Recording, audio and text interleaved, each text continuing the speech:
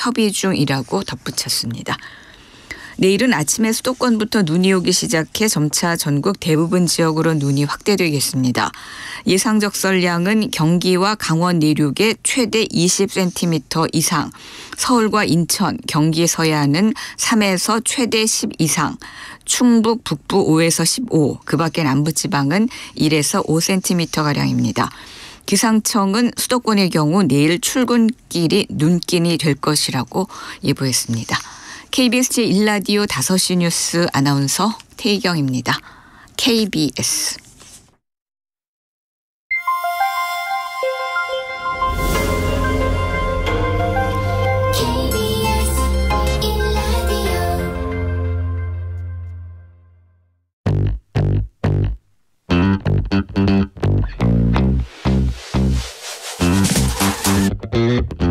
KBS 1라디오 뉴스레터 K.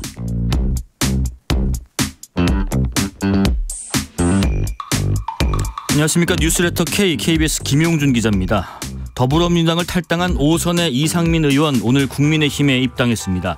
이낙연 전 민주당 대표도 이번 주 목요일쯤 탈당 선언 예정인데요. 총선을 앞둔 주요 정치권 인사들의 행보에 속도가 붙을 것으로 보입니다. 한동훈 국민의힘 비상대책위원회 출범 이후에 첫 인재 영입도 오늘이었는데요. 관련 내용 포함한 주요 정치권 이슈들 잠시 후 정치 토크와 이어지는 뉴진수 코너에서 자세히 다뤄보겠고요. 화제의 중심에 서 있는 KBS 대하사극 고려 거란 전쟁의 주역 양규역의 지승현 배우와 연출을 맡은 김한솔 감독 2부에서 직접 만나볼 예정입니다. 어제 방송된 16화에서 양규 장군이 장렬하게 전사해서 많은 분들이 아쉬워하셨을 텐데요. 그 아쉬움 조금이나마 달래보시죠. 문자 샵 9730, 짧은 문자 50원, 긴 문자 100원. 어플리케이션 콩으로 보내시면 무료입니다. 유튜브 KBS 1라디오 계정 채팅으로도 이야기 나누실 수 있습니다. 문자 보내주시면 추첨 통해서 커피 쿠폰 오늘도 보내드릴 테니까요. 여러분 이야기 많이 들려주세요. 지금부터 뉴스레터 K 시작하겠습니다.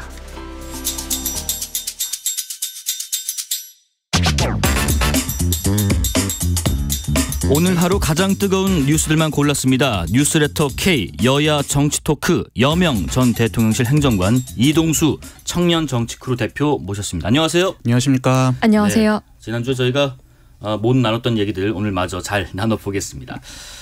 민주당을 탈당한 5호선의 이상민 의원께서 오늘 국민의힘에 입당을 했습니다. 일단 그 입당 현장 또 한동훈 국민의힘 비대위원장과 이상민 의원의 목소리 듣고 이야기 이어가겠습니다. 권력에 맞서는 것은 어렵습니다. 그런데 자기 진영의 지지자들에게 맞서는 것은 더 어렵습니다. 더 큰 용기가 필요하죠. 이상민 의원님의 고뇌와 용기를 존경합니다. 우선 이렇게 따뜻하게 환영해 주셔서 정말 진정으로 감사의 말씀을 드립니다. 정말 호랑이 잡으러 호랑이 굴에 들어온다라고 저 자신은 그렇게 다부진 생각으로 입당을 하게 되었습니다. 호랑이를 잡으러 호랑이 굴에 들어간다라는 말씀을 하셨습니다. 여명 전 행정관님. 이상민 의원의 입당 이후에 당 분위기 어떻습니까? 많이 좀 고무돼 있나요? 예, 우선 사실 대전 지역은 네. 한 3, 4주 전부터 이미 들썩이고 있었어요. 그래서 저는 개인적으로는 민주당 내에도 뭐 보수주의자, 안보주의자, 시장주의자가 다 공존해야 네. 건강한 대한민국의 정당이다라고 생각을 하고 있습니다. 네네. 하지만 오로지 민주당이 방탄제명당으로만 흘러간다면 좀 상식적인 사람들끼리의 선거연합은 언제든지 필요하다고 보고 있습니다. 네네. 이 대표님 근데 지금 이상민 의원께서 호랑이 잡으러 호랑이 굴을 들어간다 하셨는데 지역구가 말씀하신 것처럼 대전의 유성을이란 말이에요. 국민의힘에게는 험지로 좀 여겨질 만한 곳일 것 같기도 한데 이 지역에서 호랑이 잡을 수 있을까요? 근데 저는 아무래도 제가 뭐 칼럼도 쓰고 책도 쓰고 이러다 보니까는 뭐 비문이라든지 아니면은 상황에 안 맞는 표현이라든지 이런 게 있으면 좀 살짝 좀 이렇게 어색하게 느껴지더라고요. 느끼시는구나. 네. 근데 오늘 이상민 의원께서 말씀하신 호랑이 잡으러 호랑이 굴 들어간다라는 게 뭐 안 맞는 게 있나요? 그렇죠. 보통 이게 어느 조직에 들어가서 내가 그 조직의 변화와 쇄신을 이끌겠다. 이럴 때 이제 이런 표현을 쓰는 거고 대표적인 사례가 뭐 예컨대 예전에 김영삼 전 대통령도 3당 합당 당시에 이 표현을 쓰셨어요. 그래서 그 당시에 실제로 3당 합당 이후에 뭐 전두환 노태우 전 대통령 구속하고 하나회도 숙청하고 이런 일을 했잖아요. 예. 전 이게 이제 이럴 때 쓰는 표현이 호랑이 잡으러 호랑이 굴에 들어간다가 아닐까 싶은데 지금 보면 이상민 의원께서 진짜 이 표현에 맞는 행보를 보이시려면 예컨대 민주당에 남아서 강성 팬덤과 싸운다든지 아니면은 국민의힘에 입당하셔서 뭐 윤석열 대통령과 어떤 수직적인 당정 관계를 비판한다든지 이럴 때 이런 표현을 써야 되는데 국힘 가서 민주당과 싸운 게 과연 호랑이 잡으러 호랑이 굴에 들어가는 걸까? 전 좀 이런 좀 느낌을 받았고요. 네. 저는 이상민 의원을 받아준 국민의힘이나 아니면 들어가신 이상민 의원이나 그냥 서로에게 합리적인 선택을 했다. 뭐 이 정도로 볼 수 있다고 생각합니다. 뭐 한동훈 비대위원장 또 말을 보태기도 했습니다. 뭐 민주당이 강성 지지층 전체주의가 돼버렸는데 이상민 의원께서 그것을 좀 막기 위해서 용기를 내준 거 아닌가라는 의견을 줬는데 뭐 이 대표 말씀처럼 이게 비문이라고보다 좀 어울리지 않은 인용구를 갖다 놨다는 평가가 하는데 연명 행정관 생각은 어떠신지요? 아마 대표님 말씀대로 그게 약간은 한 위원장님께서도 예. 비문처럼 느껴졌는지 아까 같은 발언을 좀 첨언을 해주신 것 같아요. 다만 이 유성을 지역은 말씀대로 국민의힘한테는 험지 중에 험지입니다. 네. 대선 때도 이재명 당시 후보가 더 많이 득표를 한 곳이고 이번 지방선거에서도 시의원, 구의원들을 당선시킨 곳인데 고무적인 사실은 그러니까 국민의힘 입장에서 고무적인 사실은 시의원님, 구의원님들이 함께 집단 탈당을 해오신 거예요. 그만큼 대전 특히 유성을 지역의 민주당 유권자들의 표심 혹은 지금의 민주당을 바라보는 그 마음이 조금 흔들리고 어떠한 변화를 좀 느끼고 있는 것이 아닌가 하는 생각입니다. 민주당에서는요. 철새 정치인, 배신의 정치 맹비난하고 있습니다. 이 대표님 생각 어떠십니까? 근데 저는 그것도 조금 이제 이렇게 웃기다고 생각하는 게 뭐냐면 나가라고 해서 결국에 나가신 거잖아요. 네. 그러니까 나가라고 해서 나갔는데 또 철새라고 욕하는 것도 좀 아니지 않나. 그냥 저는 서로에게 그냥 합리적인 선택을 했다. 그냥 어떻게 보면은 민주당 안에서 이상민 의원의 존재가 굉장히 불편한 존재였고 또 이상민 의원 입장에서도 여기 남아 있으면 다음번 선거를 어떻게 보장할 수 없는 상황이다 보니까 서로 그냥 갈 길 찾아서 잘 갔다. 뭐 이렇게 생각을 합니다. 우리가 이상민 의원 별명 중에 하나가 미스터 쓴소리이신데 국민의힘에서도 그러실 수 있을까? 일단 좀 적응을 먼저 하고 쓴소리를 하시려나요? 뭐 저는 일단 어떻게 생각을 하냐면은 지금이야 이제 선거 시기고 또 이제 본인의 공천이나 이런 게 있다 보니까는 이상민 의원께서 어느 정도의 완급 조절은 하실 거라고 생각을 해요. 네네. 근데 이제 결국에 정치인에게 제일 중요한 거는 자기의 존재 가치를 가장 많이 알아주는 쪽이 어디냐. 가 중요하고 또 그거에 맞는 정치를 하는 게 중요하거든요. 근데 이상민 의원 같은 경우는 이상민 의원의 존재 가치를 가장 많이 알아주는 건 저는 언론이라고 생각을 합니다. 언론. 예, 말씀하신 별명처럼 평소 쓴소리를 해왔고 언론이 그걸 조명해주고 있고 이로써 이제 어떻게 보면 이름값을 많이 키우신 경우인데 이상민 의원이 가서 또 갑자기 어디 권력자에 줄 서고 이런 모습 보이면 아마 그런 관심이 다 떨어질 거예요. 아마 이상민 의원 입장에서도 본인의 지금 캐릭터를 유지하기 위해서 쓴소리나 이런 걸 계속 하려고는 하지 않을까. 다만 이제 선거 전까지는 어느 정도의 조정은 좀 하지 않을까 이렇게 생각을 합니다. 이 의원께서 국민의힘 내에서 어떤 역할을 좀 하시면 좋겠어요? 저희 입장에서는 사실 죄송합니다. 그 이상민 의원 같은 경우에는 국회 5선 중진입니다. 그렇다 보니까 국민의힘으로서는 어디 뭐 홍기병처럼 활동하던 초선 국회의원을 전향시켜서 영입한 형태가 아니라 당의 어른이 새로 생긴 거거든요. 그만큼 아마 이상민 의원님 입장에서도 당신께서 이 당에서 어른으로서 어떤 역할을 할 수 있는지 아마 탐색하고 좀 더 고민을 하는 그러한 시간이 스스로도 필요할 것 같습니다. 국민의힘 입장에서는 입당 같은 기쁜 소식만 있는 것 같지는 않아요. 지금 한 의원은 한동훈 비대위원장의 입장에 동의할 수 없다면서 이번 총선 불출마를 선언했는데요. 바로 국민의힘의 김웅 의원입니다. 김 의원은 친윤계 의원들을 향해서 꾸준히 비판의 목소리를 냈던 분이죠. 잠시 김웅 의원의 기자회견 소리도 듣고 이야기 이어가겠습니다.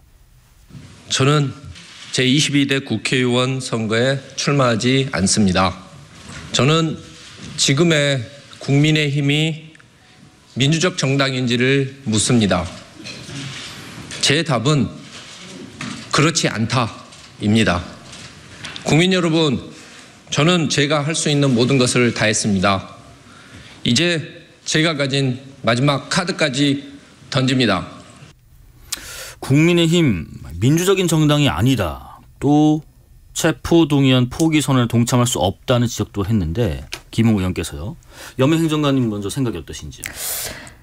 김웅 의원님은 의원이 되신 초창기부터 뭐 안 되면 불출마하겠다라는 말을 꽤 자주 해오셨어요. 저는 사실 송파갑이라는 국민의힘 입장에서는 텃밭인 지역구를 너무 쉽게 얻으셔서 너무 쉽게 당선되셔서 정말 유권자가 실어준 그 표의 무게를 쉽게 생각하나 하는 좀 놀라운 마음으로 지켜본 적들이 많았거든요. 그래요? 만약 국민의힘이 험지로 거론되는 그런 지역에서 어렵게 당선됐더라면은 과연 그런 불출마라는 말들을 쉽게 하실 수 있을까 하는 의문이 그런 모습들을 지켜보면서 가장 많이 들었고 네네.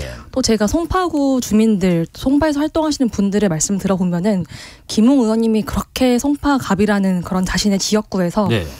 두각을 드러내는 지역구 활동을 그렇게 하시지는 않았어요. 그리고 보면은 되게 냉정한 평가를 하시네요. 네. 저는 안타까운 것이 네. 자기의 기본적인 소양에 대해서는 중심을 잡지 못하고 과외 활동으로 좀 치중하는 분들, 그렇게 이름값을 올려오는 분들이 좀 안타까운데 이번에 불출마 선언을 하면서도 어떻게 보면은 지역 유권자들에 대한 사과가 중심이 맞춰져야 한다고 생각을 하는데 그게 아니라 대의라는 것을 또 네. 핑계 대셨단 말이에요.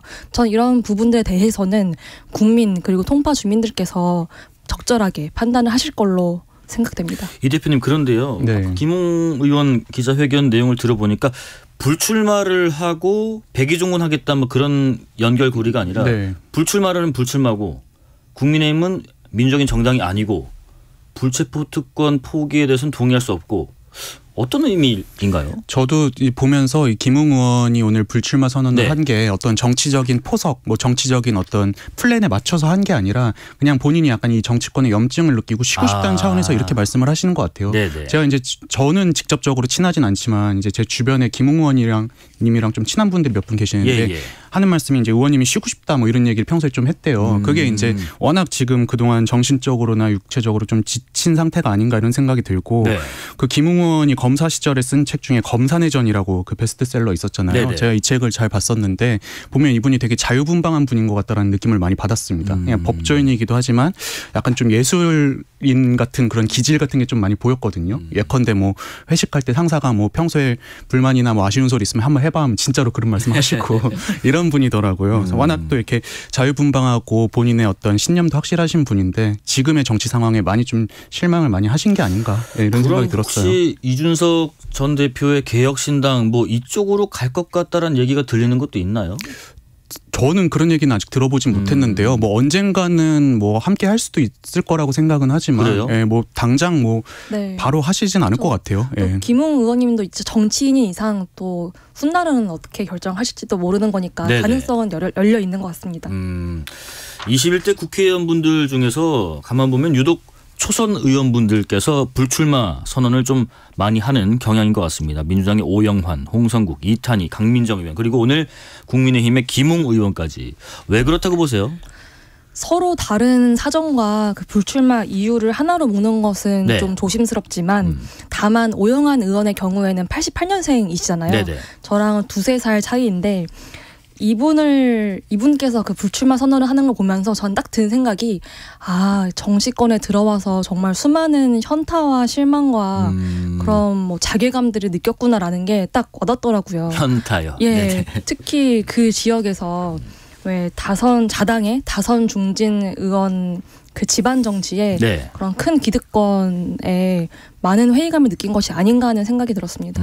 우리 이 대표님도 저도 뭐 예. 이제 그 행정관님이랑 비슷한 생각인데요. 네네. 저는 이게 초선들이 불출마했다는 거에 초선보다 불출마에 포커스를 맞춰야 된다고 생각을 해요. 우리가 이제 경제학 용어 중에 그레셔메 법칙이라고 악화가 양화를 구축한다라는 예. 유명한 말이 있잖아요. 이게 이제 우리가 요즘이야 뭐 모바일페이나 카드를 많이 쓰지만 예전에 현금 많이 쓸 때도 저만 해도 막 깨끗한 이런 신권 지폐 같은 거 있으면 그건 좀 아껴서 쓰고 헌 지폐 그냥 내고 이랬잖아요. 네. 이런 것처럼 정치권이 지금 이런 상황이 아닌가 싶어요. 예.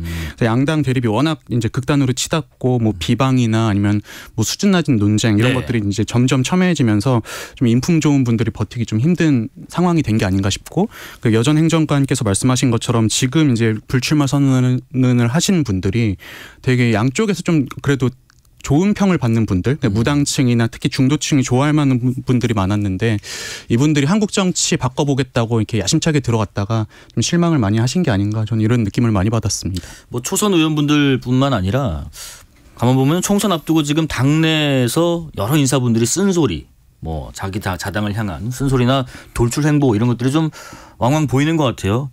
하지만 지금 총선 뭐 얼마 남지 않았다 보니까 일단은 그래도 좀 단합을 해서 목표를 향해서 나아가야 할지 아니면 발톱을 감추고 있을 필요가 굳이 없을지요, 여 행정관님? 제가 생각하는 초선의 쓴소리는요. 사실 자기의 자력으로 당선된 개인기도 물론 크겠지만 그 당의 이름값으로 사실은 당선이 되는 거거든요. 그렇다면 초선으로서 이 당의 가치와 원칙에 충실한 모습을 당이 보이지 않을 때 앞장서서 당을 비판해야 할 역할이 있다고 저는 생각을 해요. 다만 그것이 초선의 품격이다. 예, 맞습니다. 다만 그게 먹히지 않았을 때 그럼에도 불구하고 끊임없이 투쟁을 해야죠. 그게 전 진정한 용기라고 보는데 사실 국민들은 다 지켜보고 있거든요. 그리고 결국에는 그 쓴소리를 하는 대상인 기득권들과의 유권자를 향한 끊임없는 경쟁이라고 저는 생각을 하는데 다만 이게 합리적 진보 혹은 합리적 보수라는 간판을 내걸고 마치 정반대 성향의 유권자들이 호응할 만한 이야기들로 자신들의 영역을 구축하는 행위는 전 쓴소리라기보다는 해당행위라는 표현은 좀 그렇지만 자기 영역을 구축하기 위한 이름값 올리기에 불과하다고 생각을 합니다. 그것도 일종의 뭐 정치 활동의 일환이다 뭐 이렇게 보시는 것 같네요. 오늘 되게 냉정한 평가를 받았습니다. 이 대표님께서는요? 저는 뭐 선거 때는 어느 정도 양해할 여지가 있다고 생각을 해요. 선거라는 게 결국에 팀플레이가 중요하거든요. 근데 나만 돋보이겠다고 막 당을 들이받고 이거는 부적절하다고 생각하고 그런 점에서 선거 때 어떤 초선이나 아니면 신인들이 당 주류에 보조를 맞추는 거는 그래서 저는 아주 막 비판하고 싶진 않아요. 근데 이제 문제는 선거 끝나고서인데 보통 그래도 국민들이 기대하는 바는 이제 초선이면 좀 그 젊은 패기로 신인다운 패기로 좀 이렇게 당이 잘못 가고 있을 때 비판도 하고 쓴소리도 하고 이래라잖아요. 유명했던 게 이제 2000년대 뭐 그 한나라당에서 남원정이라고 일컬어지던 뭐 남경필, 원희룡, 정병국 이런 분들이 이제 이걸로 이제 유명했었던 건데 근데 지금 오늘날의 초선들은 어떤 모습들을 보여주고 있나 봤을 때 뭐 그냥 권력자가 싫어하는 사람 전당대회 출마했다고 이 사람 안 된다고 연판장 돌리고 또 뭐 이제 강성 지지층 결집해가지고 당에서 조금만 벗어나는 얘기하는 사람들 저격하고 지금 이런 거 하고 있잖아요. 전 이런 모습들이 좀 정치의 어떤 혐오나 이런 걸 키우는 게 아닌가. 그래서 좀 초선 분들에게 기대하는 바를 그냥 국민들이 기대하고 계시는 바를 초선 분들이 좀 알아주셨으면 좋겠다라고 말씀드리고 싶어요. 다음 주제 넘어가 볼게요. 대통령께서 지난주에 국민 대다수가 좋다고 하면 제2부속실 설치를 검토해 보겠다라고 입장을 냈는데 이전 정부 사례나 또 해외 사례 등을 실제로 검토 중이라고 합니다. 연명전 행정관께서 특히 최근까지 대통령실에 계셨던 분이니까 제2부속실 설치의 필요성 어떤 의견이신가요? 국민 다수가 필요하다고 생각하면은 설치하는 것이 맞다고 봅니다. 다만 이제까지 설치를 하지 않았던 것은 이렇게 어떻게 보면 대선 과정에서 약속이지 않았습니까? 그래서 그 약속을 지키기 위해서였는데 국민 다수가 필요하다고 하면 설치하는 것이 맞고 또 대통령실에서도 상당히 많은 과정과 구상이 진척되고 있는 것으로 알고 있습니다. 아니 그래서 이 대표님 말씀하신 것처럼 제2부속실 관련해서는 윤 대통령께서 대선 공약 때 또 말씀하신 바도 있다 보니까 이거를 만약에 설치를 한다면 국민들에게 좀 설명을 해줘야 하는 거 아닌가라는 의견도 일부 있습니다. 근데 이 제2부속실이라는 게 결국에 대통령의 배우자를 담당하는 실인 거잖아요. 근데 저는 이게 지금 뭐 공식적인 기구만 없을 뿐이지 안에서도 이미 뭐 수행팀이나 이런 것들 다 꾸려져 있는 상태고 이게 뭐 새로울 건 없는 거라고 생각을 해요. 그리고 저는 필요하다고도 생각을 합니다. 왜냐하면은 이 대통령실이라는 게 워낙 대한민국을 어떻게 보면 이끌어가는 조직인데 공식적인 기구 없이 이렇게 그냥 개인적인 어떤 뭐 몇몇 팀 붙여서 할 건 아니라고 생각하거든요. 필요하다고 보는데 근데 이거를 뭐 지금 논란이 생기는 부분은 그거잖아요. 왜 없앤다고 대통령 그 선거 때 공약해 놓고서 이제 다시 만드느냐. 전 근데 거기서는 굳이 뭐 설명할 필요가 있나? 그냥 국민들이 필요하다는 거에 동의하는 부분이니까. 말씀하세요. 제가 조금 첨언을 드리자면은 당시에 공약으로 나왔던 이유가 대통령의 부인이 선출된 권력이 아니라 그냥 부인일 뿐인데 그러한 뭐 세금이 투입되고 다른 실까지 영부인을 보좌하기 위한 것이 필요하느냐라는 생각이었는데 사실 누구나 대통령이 처음이지 않습니까? 그런데 막상 대통령직을 수행하면서 대통령 부인이 해야 할 일이 정말 많거든요. 공식적으로. 대통령 부인이 아니더라도 부인이 없을 경우에는 딸이나 다른 가족들이 해야 될 일이 많은 거예요. 이런 비유가 적절할지는 모르겠지만 영국 왕실로 치면은 총리와 어떻게 보면은 왕실의 그런 역할 분담과 비슷한 역할을 하고 있는 건데 전 이 부속실을 설치하면은 뭐 대국민 선언, 뭐 대국민 설명이라는 것은 좀 거창하고 이렇게 브리핑 과정에서 질문이 나왔을 때 우리는 필요 없는 줄 알았는데 실수였다. 이렇게 해보니까 필요하더라. 그러니까 쿨하게 인정하고 지나가면 되는 그런 간단한 문제라고 보고 있습니다. 저도 이 부분에선 여전 행정관님이랑 의견이 좀 비슷한데요. 그러니까 이게 공약 때 나왔다고 해서 이걸 꼭 끝까지 지켜야 될 필요는 없다고 생각해요. 물론 이제 공약을 지키기 위해서 노력은 해야겠지만 어떤 그 상황이 좀 많이 바뀌었고 보니까 여의치 않은 상황이 생겼을 때는 좀 공약을 바꿀 수도 있다고 보거든요. 대표적인 게 이제 이명박 전 대통령 당시 한반도 대우나 공약하고서 당선이 됐는데 국민적 반대가 컸고 그걸 이제 철회하고 이제 4대강 사업으로 바꾼 거잖아요. 이런 것처럼 저는 어느 정도의 이런 그 정책의 변경은 뭐 나쁘지 않다. 그리고 그것 때문에 굳이 막 대국민 사과라든지 뭐 설명할 필요까지는 없다고 생각은 합니다. 지금 그 대통령실에서 신년 기자회견 뭐 개최 가능성 검토하고 있다라는 보도도 있는데 만약에 열린다면은 기자회견에서는 어떤 이야기가 좀 나오면 좋을지 방금 얘기 나누신 이 부분에까지 포함해서 좀 설명을 하고 얘기를 하면 좋을지요, 여 행정관님? 대통령이 신년 기자회견을 한다면요, 정부 윤석열 정부 윤석열 행정부가 앞으로의 국정을 올해는 어떻게 하겠다라고 발표를 하는 자리입니다. 이러한 발표 자리에 영부인에 대한 이야기가 들어가는 것 자체가 국민들이 되게 뜬금없고 의아해할 것 같아요. 제가 생각하는 이 신년사에 들어가야 할 내용은 지금 경제가 매우 어렵지 않습니까? 그래서 전 세계적으로 이런 경제 침체의 위기 속에서 우리 경제 현실이 어디에 위치해 있는지, 그리고 국민과의 고통 분담은 어떻게 할 것인지, 또 이 과정을 통해 우리의 위기를 어떻게 함께 극복해 나갈 것인지에 대한 대안과 설명과 또 다짐, 이런 것들이 필요할 것이라고 보고 있습니다. 그렇다면 이 대표님 방금 말씀하신 걸 보태서 지금 김건희 여사 특검법 관련된 논쟁 이것 관해서도 얘기를 하는 게 신년 기자회견에서 좀 적절하지 않을 수 있다, 그렇게 보시나요? 저는 근데 언급 정도는 할 수 있다고 봐요. 지금 이게 민주당에선 계속 이 문제를 가지고 공격을 하고 끄집어내려고 하는 거고 이제 정부 여당 같은 경우는 최대한 이걸 좀 언급하지 않고 방어하려고 하는 건데 저는 이게 총선 지나서도 계속될 이슈라고 생각하고 국민의힘이나 정부 여당이 이번에 털지 않으면은 다음 지방선거 혹은 대선까지도 갈 수 있다고 봐가지고요. 그래도 언급 차원에서는 본인들이 계속 그래도 예의주시하고 있다, 반성하고 있다, 이런 걸 좀 보여주는 게 중요할 것 같고요. 그 신년 기자회견도 만약에 제가 신년 기자회견을 쓴다면은 조금 이 국민의 피부에 와닿는 문제들을 많이 다룰 것 같아요. 근데 그동안 지금 대통령실에서 나왔던 메시지들 보면은 너무 이제 개념어라든지 관념적인 말들이 많이 나왔습니다. 뭐 공산 전체주의라든지 아니면 이념 관련한 논쟁들도 그렇고.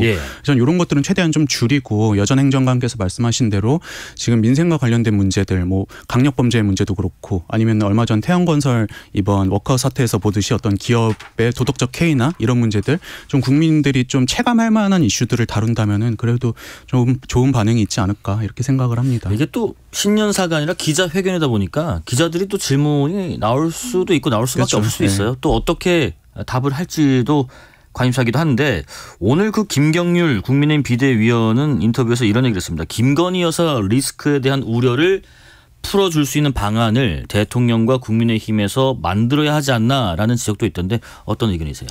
글쎄요, 저는 김경률 위원님도 이제 국민의힘의 비상대책을 담당하는 지도부입니다.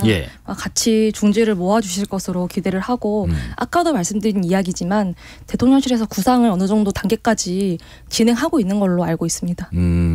저도 이게 그러니까 우리 학생 뭐 이런 걸로 비유하면 선생님한테 언젠가 한 번은 맞아야 될 매라고 생각을 해요. 근데 그걸 지금 맞느냐 아껴놓다 나중에 맞느냐인데 솔직히 전 먼저 맞는 게 편하다고 생각을 하거든요. 그래서 그걸 미리 대응을 하시는 게 좀 필요하다고 생각을 하고 지금 보면은 이 문제 때문에 뭐 부속실을 또 새로 설치하네, 특별감찰관을 신설하네, 뭐 이런 얘기가 계속 나오고 있는데 저는 이게 김건희 여사나 국민의힘만의 문제는 아니라고 생각을 해요. 지난 대선 때도 뭐 이재명 대표의 그 부인의 어떤 법화 유용 문제나 이런 것들도 있었고 지금 권력자들 주변에서 이런 문제가 끊임없이 불거지고 있거든요. 저는 이게 꼭 개인들의 어떤 잘잘못을 가리는 데 그치지 않고 이 공직자라든지 그 주변이 공적 마인드를 어떻게 갖출 것인가, 그리고 이걸 어떻게 감시받고 견제받을 것인가를 좀 고민하고 그런 시스템을 구축하는 데까지 나아가야 된다고 봅니다. 그런데 여 행정님께서 아까 그 어떤 구상 정도 어느 정도 단계까지는 구상하고 있다. 무슨 구상을 하고 있는 걸로 알고 계세요? 그거는 제가 이 자리에서 이게 더 이상 대통령실 직원이 아닌 사람으로서 말씀드리긴 곤란한 것 같습니다. 뭐 언급을 안 하셨으면 궁금하지도 않을 텐데 궁금하네요. 끝날 때쯤까지 요만큼만 얘기하겠다 싶으면 좀 얘기 좀 보태주시고요. 다음 질문 넘어가 보겠습니다. 그러니까 민주당에서는 또 이 제2부속실 설치에 대해서 특검을 요구하는 국민의 시선을 돌리려는 시도 이렇게 반발을 또 했습니다. 민주당의 이런 지적에 대해서는 어떤 의견이세요? 전 지금 민주당의 이른바 쌍특검은 야당과 군소야당끼리 특별검사를 임명해서 또 그 수사 결과를 매일매일 브리핑한다는 거잖아요. 목표가 딱 2개입니다. 네네. 하나는 진행 중인 이재명 대표의 수사는 방해하고 대통령 부부를 매일같이 망신주기를 하면서 이 총선을 영부인 심판 총선으로 끌어가겠다는 심산이거든요. 거부권을 행사할 수밖에 없는 어거지 특검을 내놓고 자신들이 주장해오던 제2부속실 설치에 대해서는 또 반대를 하는 걸 보면서 솔직히 말하면 뭐 어쩌라는 것인지라는 생각이 먼저 들더라고요.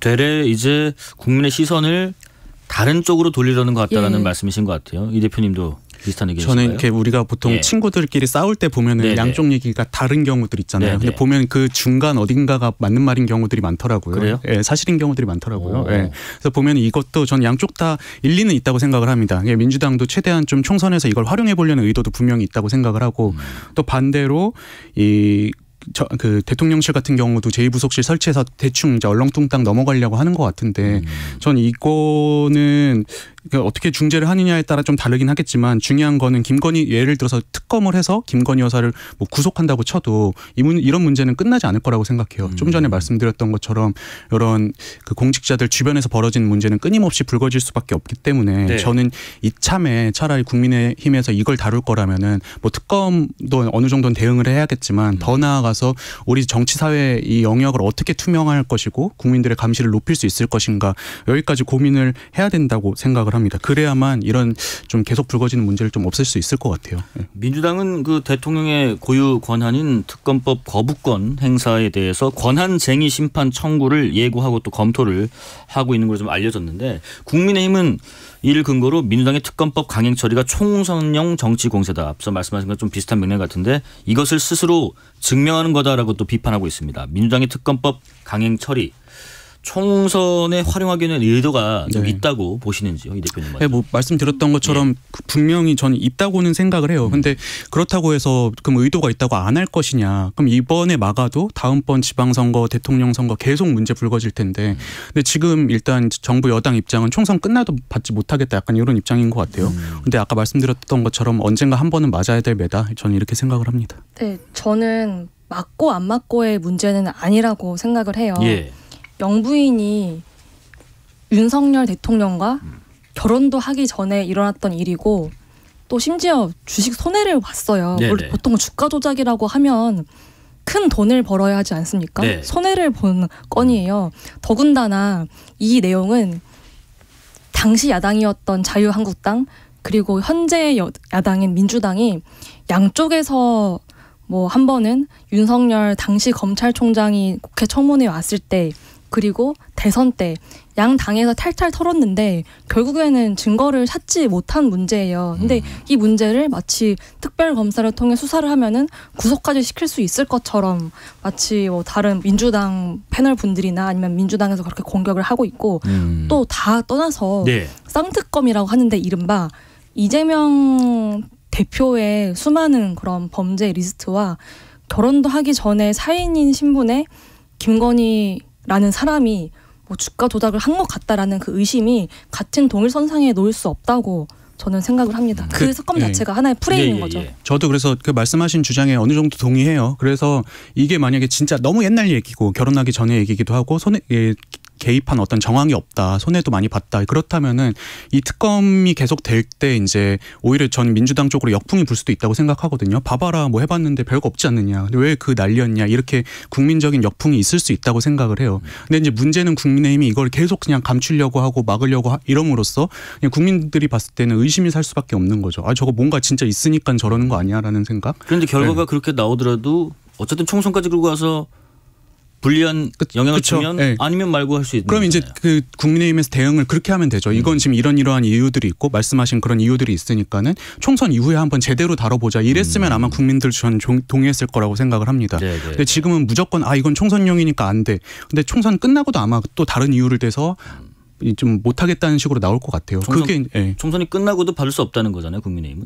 대통령실은 일단 받을 수 없다고요. 그럴 만한 특별 검사를 통해서 설치를 해서 이걸 밝혀야 할 만한 사안이 아니라는 입장을 갖고 있는 겁니다. 네.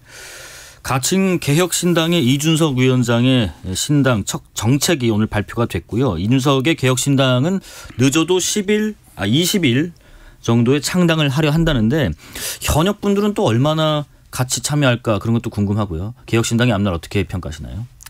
글쎄요. 오늘 1호 정책으로 공영방송 정상화라는 것을 들고 나오셨는데 네. 제가 볼 땐 이래요. 이준석 신당이 계속 국민들로부터 회자가 되고 또 지금의 예측되는 지지율을 유지하려면은 계속해서 보수 유권자들한테는 어떠한 분노를 유발해야 되고 또 민주당 유권자들한테는 그래 저게 바로 합리적 보수의 모습이지 하는 모습을 보여야 한다고 칭찬을 받아야 하는 거죠. 네네. 그렇기 때문에 그 의도로 나온 프레임 중 하나라고 생각하고 앞으로도 이런 식으로 정부 여당 저격형 공약 혹은 정책들을 내보낼 것 같습니다. 이 대표님은요? 저는 지금 우리나라 정치의 가장 큰 문제가 뭔가 했을 때 정쟁에만 빠져가지고 한국 사회가 직면한 어떤 구조적인 문제들을 다루지 못하고 있는 부분이 가장 큰 문제라고 생각하거든요. 네네. 그런 점에서 저는 방송 문제는 한 번은 짚고 넘어가야 될 문제라고는 생각합니다. 사실 이 정권이 바뀔 때마다 방송을 장악한 해 만에 이 사회를 어떻게 꾸리네 이런 문제는 끊임없이 불거지고 있는 거잖아요. 네. 또 이제 보면은 여당일 땐 가만히 있다 또 야당 되면 뭐 하자 아니면 뭐 반대하고 이런 것들이 거듭 반복되고 있는데 저는 그런 점에서 또 요즘에 또 가뜩이나 이 미디어 역할이 되게 급변하고 있고 네네. 공중파의 어떤 회의론 같은 것들도 나오고 있는 상황에서 이 문제는 좀 짚고 넘어가야 될 문제였다 생각하고 그런 점에서 오늘 공약은 괜찮았다고 생각을 합니다. 이낙연 전 대표께서는 목요일 11일에 탈당 선언 예고했습니다. 신당 창당 반대와 또 당 안팎의 만류에도 불구하고 나갈 수밖에 없었나 보네요.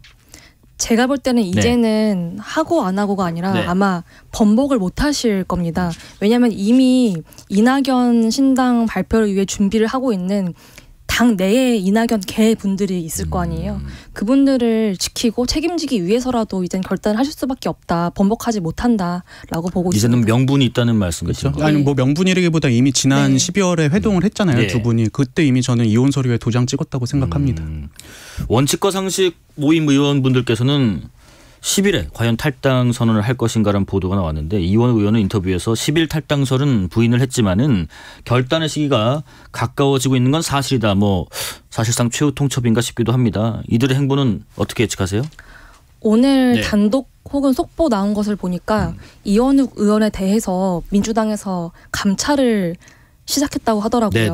이 쌍특검에 대한 반대 표결을 던졌다는 이유로 그걸 보면은 이제 민주당 주류에서도 그만 나가라 빨리 이런 등떠밈이 아닌가. 그러니까 이미 돌이킬 수 없는 강을 건넌 것 같습니다. 저도 이게 1963년에 김종필 전 총리가 그 당시에 이제 민주공화당 창당하고 반대파 좀 공격을 받아서 거의 반강제로 외유를 떠나게 되면서 이런 말씀 남기셨어요. 자의반 타의반으로 떠난다. 전 원칙과 상식 분들이 자의반 타의반으로 떠날 수밖에 없다. 떠나든 아니면은 당에서 이제 아주 한직으로 그냥 밀려나든 그럴 수밖에 없는 상황이라고 생각을 합니다. 마지막 질문으로요. 그러면 이른바 낙준연대 이거는 성사될 것인가? 연명 행정관님. 오늘 CBS 보도에 따르면 이준석 전 대표가 제의를 한 비례는 따로 하고 지역구는 합치자라는 주장에 대해서 이낙연 전 대표께서 되게 불쾌해하셨다고 해요. 그러니까 이런 식으로 뭐라고 해야 되죠? 한쪽에서 자꾸 틀을 바꾸려고 한다면은 그건 또 다른 한쪽을 되게 불안하게 하는 요소인 거거든요. 그만큼 아마 두 분의 서로 이익이 맞고 계산이 맞아야 손을 잡는 건데 좀 난항이 계속 될 것으로 보입니다. 그럼 좀 어렵다는 말씀이시네요, 이 대표님. 저는 이준석 대표가 이제 당을 키워가면서 빠질 수밖에 없는 유혹 중에 하나가 이 부분이라고 생각해요. 신당 하다 보면은 한 사람 한 사람 되게 아쉽거든요. 그럼 또 이제 이름 있는 정치인이 같이 하자 이랬을 때 또 손 내밀었을 때 그걸 또 뿌리치기가 어려워요. 근데 이제 저는 그렇게 한두 사람씩 손을 잡다 보면은 스텝이 꼬일 수밖에 없고 그 대표적인 사례가 바른미래당이었다고 생각을 합니다. 지금 보면 이준석 대표가 그 위원장이죠. 이제 이준석 위원장 같은 경우는 뭐 개혁, 혁신, 미래 이런 이야기들 하고 있는데 사실 이낙연 전 총리가 호남 출신이다 말고는 뭐가 있나. 그리고 이런 개혁, 혁신, 미래와 저는 전혀 상반된 분이라고 생각하거든요. 대표적인 게 이분이 문재인 정부 시절에 국무총리 하면서 그 문재인 정부의 어떤 국민적인 실망 이런 거에도 책임이 있는 분인데 그런 거에 대한 반성이나 이런 건 하나도 없었잖아요. 그래서 저는 이 두 분이 추구하는 바가 전혀 다르기 때문에 뭐 제3지대라고 해서 다 손잡을 게 아니라 서로 갈 길 가시는 게 서로에게 득이 될 거다 말씀드리고 싶습니다. 걸출한 인사를 손을 잡자니 안 잡자니 아쉽고 잡자니 스텝이 꼬일 것 같기도 하고. 알겠습니다. 여기까지 말씀드리겠습니다. 여명 전 대통령실 행정관 그리고 이동수 청년 정치크루 대표였습니다. 고맙습니다. 감사합니다. 감사합니다. 실시간 교통정보 알아보겠습니다. 교통정보센터 유하영 리포터 나와주세요. 네, 이 시각 교통정보입니다. 지금 서울 시내에서는 퇴근길 정체도 빠르게 늘었고요. 돌발 구간도 있습니다. 강변북로 구리 방향 원효대교 1차로에서 사고 났습니다. 더 가서 한강대교에서 한남대교까지 밀리고요. 반대 일산 쪽으론 동호대교에서 양화대교까지 막힙니다. 올림픽대로 공항 방향 동작대교 5차로에 고장난 차가 서 있습니다. 동호대교부터 정체고요. 고속도로는 수도권 제일순환고속도로 경기 서쪽으로 송내를 중심으로 양방향 8km씩 밀립니다. 중부 내륙고속도로 양평방향 여주분기점 2차로에서 사고 났고요. 주변으로 6km 정체입니다. 평택 시흥고속도로 시흥 쪽으론 마도 분기점에서 남한산 분기점까지 10km 답답합니다.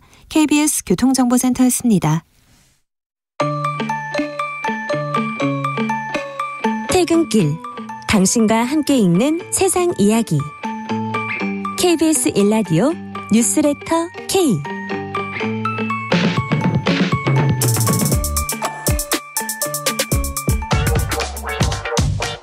뉴스의 진수를 보여주는 인터뷰 뉴진수 뉴스의 진수를 보여주는 인터뷰 뉴진수. 국민의힘 비대위 민주당을 탈당한 이상민 의원을 입당시킨 데 이어서 영입 인사 발표도 이어가고 있습니다. 하지만 오늘 일부 의원은 국민의힘이 민주적 정당이 아니라면서 불출마 선언을 하기도 했는데요. 국민의힘 비상대책위원회 호준석 대변인과 함께 한동훈 비대위 체제에 대해서 자세한 이야기 나눠보겠습니다. 대변인 안녕하십니까? 안녕하십니까? 예. 뉴진수 이름이 참신하고 좋습니다. 감사합니다. 혹시 뉴진스가 몇 명인가 갑자기 물어보실까 봐 조금 전에 찾아보고 왔습니다. 네, 전혀 생각이 없으셨는데 그럼 몇 명인지 5명입니다. 그런가요? 맞나요? 네. 민지, 한이, 혜린, 혜인, 다니엘 5명입니다. 알겠습니다. 전 방송에서 많이 뵀던 분이기 때문에 국민의힘 쪽의 이야기를 여쭤보니까 좀 어색하긴 하지만 여쭤보겠습니다.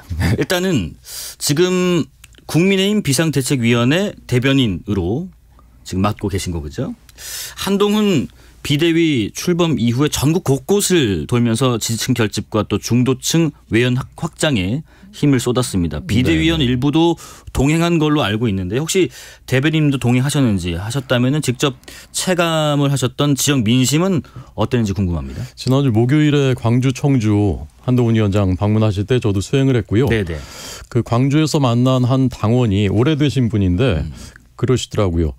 평생에 이런 광경 처음 봤다. 보수정당 대표가 이렇게 광주에서 뜨거운 환영을 받는 모습을 처음 봤다라고 하시더라고요. 근데 그 뭐 아이돌 같았다 뭐 이런 말씀들 하시는데 현장에서 보면은 과언이 아니다라는 거 아마 이제 다 이제 느끼셨을 거고요. 막 떠밀려 다닐 정도였으니까. 네. 장동혁 사무총장 그 김영동 비서실장 대변인 이런 사람들은 옆에 이제 있지 못할 정도로 그런 상태였고, 물론 이것이 이제 국민의힘 당원들하고 지지자들이 이제 주로 중심이기 때문에 이런 그 기대감, 호감을 중도 또 모든 국민들에게까지 확산시켜 가야 되는 것은 이제 저희의 과제라고 생각을 하고, 어쨌건 이런 기대감과 호감이 있는 것은 분명히 확인을 했고, 한동훈 위원장한테 제가 인상 깊었던 것이 이제 두 가지 장면이었는데요. 첫 번째는 셀카를 찍어달라는 요청에 모든 요청을 다 응합니다. 그래서 광주에서는 30분, 청주에서는 한 50분 정도 걸렸는데 행사가 끝나니까 청주에서 이제 모든 그 참석자들이 거의 모든 분들이 단상으로 다 올라오셨어요. 셀카 찍어달라고. 단상 정리하는 데만 시간이 한참 걸릴 정도였는데 사실 이제 의무는 아니거든요. 셀카 찍어주는 것이. 그리고 뭐 그렇게 많이 안 하셨고. 근데 끝까지 다음 일정이 있는데 다 응하는 그 장면 인상적이었고, 그다음에 취재진과 일문일답이 원래는 그날 한 번 예정돼 있었거든요. 네. 광주에서. 근데 그날 전부 3번을 했습니다. 취재진들이 뭐 갑자기 또 상황이 바뀌니까 물어볼 것도 있고 또 지역에 계신 그 기자분들은 그때만 물어볼 수 있으니까 또 물어보고 하면은 그것을 이제 그 거부하지 않고 다 일문일답에 응하는 모습을 보면서 제가 과거에 이제 미국에서 열린 한미 정상회담 취재할 때 그 기억이 났는데 그때는 클린턴, 부시 이런 대통령들이 미국 기자들은 그냥 뭐 기탄 없이 이것저것 막 물어봐요. 그렇습니다. 한미 정상회담 아닌 것도 그럼 또 자연스럽게 대답하고 그런 장면들 이제 가까이서 봤는데 그때 장면이 좀 떠오르더군요. 아니 근데 이번에도 뭐 기차를 또 미루셨다고 하던데 그러면 일정 너무 뒤에 꼬이지 않습니까? 괜찮으세요? 네, 다행히 이제 그 청주에서는 그게 마지막 일정이었고 서울에 올라와서 일정이 없었기 때문에 그 이제 취소하고 이제 응한 거죠. 혹시 곁에서 이렇게 요 며칠 가까이 좀 밀착하시면서 동행하시면서 한동훈 위원장 참 이런 사람인 것 같다 싶은 생각이 드는 게 있으세요? 이게 좀 얘기하기 사실 좀 거북한 부분일 수도 있는데 제가 계급장 떼고 얘기해 보겠습니다. 저도 사실 이제 텔레비전에서만 봤었던 미디어를 통해서만 봤었던 한동훈 위원장에 대한 그 인상 선입견이 조금 많이 달라졌습니다. 사람에 대한 배려와 센스와 정중함이 몸에 배있구나 저는 사실 그런 느낌 받았고요. 그게 갑자기 만들어지는 건 아니라고 저는 생각하거든요. 어떤 진심이 있고 몸에 배 있어야 되는 건데 사람들에 대해서 이렇게 배려하고 센스 있게 그리고 정중하게 하는 거. 이제 그런 여러 사람들한테 제가 그런 얘기를 들었고 저도 사실 이제 똑같이 느꼈고 그래서 좀 굉장히 중요한 덕목이라 생각하거든요. 그런 면에서 좀 기대할 만한 내공이 있구나 그런 생각을 사실 했습니다. 네. 그리고 그 광주 를 또 같이 갔다 오셨다고 하셨는데 한동훈 비대위원장의 일정 중에서 특히 광주에서 5.18 정신 헌법 수록을 재확인한다든지 김대중 전 대통령 관련 행사에 참석한다든지 이런 모습들. 대변인께서 이러한 비대위의 신년 행보를 보셨을 때 어떤 의미로 청취자분들이 이해하면 되겠다 싶으세요? 제가 광주 신년 인사회 연설 때 그 청중들 맨 뒤에서 연설을 듣고 있었거든요. 근데 귀에 딱 꽂히는 문장이 저는 하기 싫은 숙제하러 호남에 온 것이 아닙니다라는 말을 들었을 때 저는 사실 약간 그 마음이 좀 뭉클했습니다. 우리가 뭐 외연 확장이다 이런 얘기를 할 때 약간 그 전술적으로 필요하니까 그리고 숙제하듯이 이런 느낌이 좀 있거든요. 근데 그런 게 아니다. 전술적으로 하겠다는 게 아니다. 숙제하듯이 하겠다는 게 아니다라는 그런 진심이 좀 전 느껴졌고요. 김대중 전 대통령 탄생 100주년 행사 참석한 것 저는 굉장히 좋게 봤습니다. 저는 김대중 대통령과 사실 좀 기자 때부터 각별한 인연이 있고요. 퇴임하신 뒤에 사저로 찾아가서 긴 시간 독대하면서 얘기를 할 정도의 그런 인연이 있는데 김대중 전 대통령이 제일 많이 하신 말씀 중에 하나가 상인적인 현실 감각, 서생적인 문제의식 함께 있어야 된다라는 말씀이었고 저는 햇볕 정책에는 동의할 수 없습니다만은 그분이 정치, 경제, 사회에서 굉장히 균형 잡힌 해법들을 많이 내놓으셨다고 생각하고 지금 국민의힘 그리고 한동훈 위원장이 가고자 하는 길이 그것과 다르지 않다고 생각합니다. 이렇게 한동훈 위원장 또 한동훈 비대위 체제에 대한 설명을 좀 들어봤는데 그런데 오늘 김웅 의원께서는 왜 불출마 선언하면서 당에 대한 비판 예를 들면 민주적 정당이 아닌 것 같다랄지 뭐 한동훈 위원장의 최초 그 발언 때 있었던 불체포 특권을 포기하는 것에 동의할 수 없다랄지 왜 그런 비판이 나올까요? 오늘 한동훈 위원장이 그 인재 영입 그 행사하고 회의 때 다양한 흥미로운 생각들이 많이 모이는 곳이 민주적인 정당이다. 자유민주주의 정당이다라고 발언을 했습니다. 생각이 다 똑같을 수는 없고 김웅 의원의 장점이 있고 기여가 있습니다. 그리고 그분이 또 다른 생각, 다른 판단을 할 수도 있고요. 기여하신 부분은 굉장히 감사하게 생각하고 또 비판한 부분에서 수용해야 될 것은 또 수용하고요. 이렇게 하는 것이 건강한 정당이라고 생각합니다. 국민의힘 비대위 호준석 대변인과 말씀 나누고 있습니다. 근데 오늘 영입 인재를 보니까요. 학교폭력 전문 박상수 변호사분, 그다음에 초등교사 출신 정성국 교총회장 두 분. 이분이 이제 비대위 체제 출범 이후에 첫 영입 환영식이 열렸더라고요. 두 분의 영입의 의미는 뭘지 교집합은 학교인 것 같긴 하더라고요. 비대위원 인선하고 인재 영입에 이제 저는 두 가지 맥이 있다고 생각하는데 첫 번째는 우리 동료 시민들이 좀 더 살기 좋은 사회 그런 나라 만들겠다라는 게 이제 첫 번째입니다.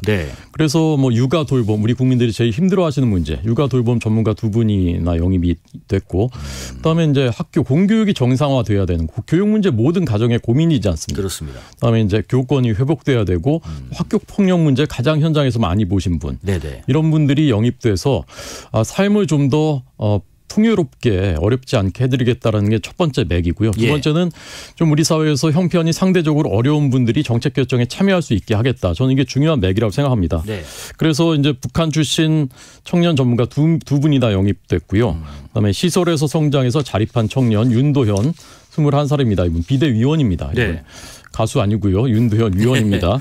그다음에 이제 그 다문화 가정 출신 변호사 공지현 변호사도 영입됐고 저는 이 두 가지가 사실 국민의힘 당원 당규 전문에 헌법 전문 같은 우리의 믿음이라는 것에 그 정신이 잘 들어 있습니다. 그것이 저는 국민의힘의 진심이라 생각하고 그것이 그 어떤 인원 구성에서 인적 구성에서 미흡했었던 부분이 있다면 이번 인재 영입을 통해서 그것이 온전해지는 과정이 아닌가라고 생각하고 있습니다. 앞으로의 인재 영입도 한동훈 위원장께서도 인재 영입 위원장 중에 한 분이시니까 이런 분야의 분들이 아마 오실 거다. 오시면 좋겠다. 바람이 있으신가요? 저는 이제 개인적으로는 실물 경제를 좀 더 아시는 기업인 저는 기업인이 21세기 전사라고 생각하거든요. 그리고 안보 분야, 민주당이 국민들이 제일 불안하게 하셨던 것이 안보지 않습니까? 안보 분야 전문가. 그다음에 체육은 이제 국민들이 친근하게 여기시고 정직한 땀의 가치를 제일 잘 아는 분이 전 체육인이라고 생각합니다. 그래서 이런 분야가 좀 더 영입됐으면 좋겠다 생각하고 저도 이제 사실 영입 대상으로 왔기 때문에 제가 그 과정을 지켜보니까 이철규 공동위원장 비롯해서 위원들이 굉장히 멤버가 좋습니다. 정말 진심을 갖고 하고 열정적으로 하고 그래서 앞으로 훌륭한 분들이 더 들어올 것으로 알고 있습니다. 그런데 살짝 초반에 좀 삐걱거리긴 했습니다. 민경우 전 비대위원께서 노인 비하 발언 때문에 하루 만에 사퇴를 하셨고 또 노인회 방문해서 한동훈 위원장께서 사과도 하셨죠. 이런 논란을 지켜보시면서 어떤 생각을 하셨고 앞으로 이런 부분을 좀 보완해야겠다 싶으신지요? 좋은 경험이 있으신 분이고 쓰임새가 많은 분인데 그 부적절한 발언들 안타깝게 생각하고 또 국민들께 송구스럽게 생각하고요. 그러나 이제 빠르고 깨끗하게 인정했다. 그리고 과감하게 진심으로 사과했다라는 부분은 국민들의 눈높이에 그래도 맞추려고 노력한 것이 아닌가 그렇게 생각하고요. 오늘 그 비대위원들 쭉 이제 앉아 있는 그 회의 장면 제가 앞에서 이제 지켜봤는데 정말 전부 새로운 얼굴이고 젊은 얼굴이고 각 분야에 진심이 있는 전문가들의 얼굴이고 그래서 이런 모습들이 그냥 구색 맞추기 선거용이 아니라 정말 국민들께 이렇게 우리는 하겠습니다라는 그런 모습을 보여드리는 것이라고 저는 봤고 앞으로 그렇게 기대해 주시면 좋겠습니다. 민주당을 탈당한 이상민 의원께서 5선입니다. 오늘 국민의힘에 입당했습니다. 호랑이 굴에 들어온다는 생각으로 입당하게 됐다 하면서 빨간 넥타이도 매셨는데 총선 앞두고 민주당 현역분이 다른 당으로 이적하는 거는 처음인 것 같은데 이 행보는 어떤 평가를 내리시겠습니까? 이상민 의원은 상식선에서 발언하시고 정치하신 분 아닙니까? 그리고 선당 후사가 아니라 선민 후사, 국민 먼저 생각하는 그런 기준으로 해오신 분이지 않습니까? 그런 분들이 점점 더 국민의힘에 오신다면은 국민의힘이 더욱더 건강하고 강력한 정당이 저는 될 것이라고 생각을 하고요. 저는 이제 1994년부터 그 정치부 기자로 그 정당을 취재하면서 일관되게 그 느낀 점이 한 가지가 있는데 얘기해도 됩니까? 이 진보 진영에서 보수 진영으로 옮겨오는 정치인들이 굉장히 많습니다. 김영삼 정부 때는 이재호, 김문수 같은 분들이 있었고요. 김대중 정부의 핵심 중에 핵심이었던 한광옥, 한화갑 이런 분들 다 보수 진영 옮기셨고요. 시민운동권 출신으로는 김경률, 주대환, 함은경 이런 분들 지금 계신 분들. 그다음에 바로 이 전 정부였던 민주당 정부 때 여당의 공동대표가 누굽니까? 김한길, 안철수 두 분이 지금 다 보수 진영에 있습니다. 그런데 반대의 경우 있지 않습니까?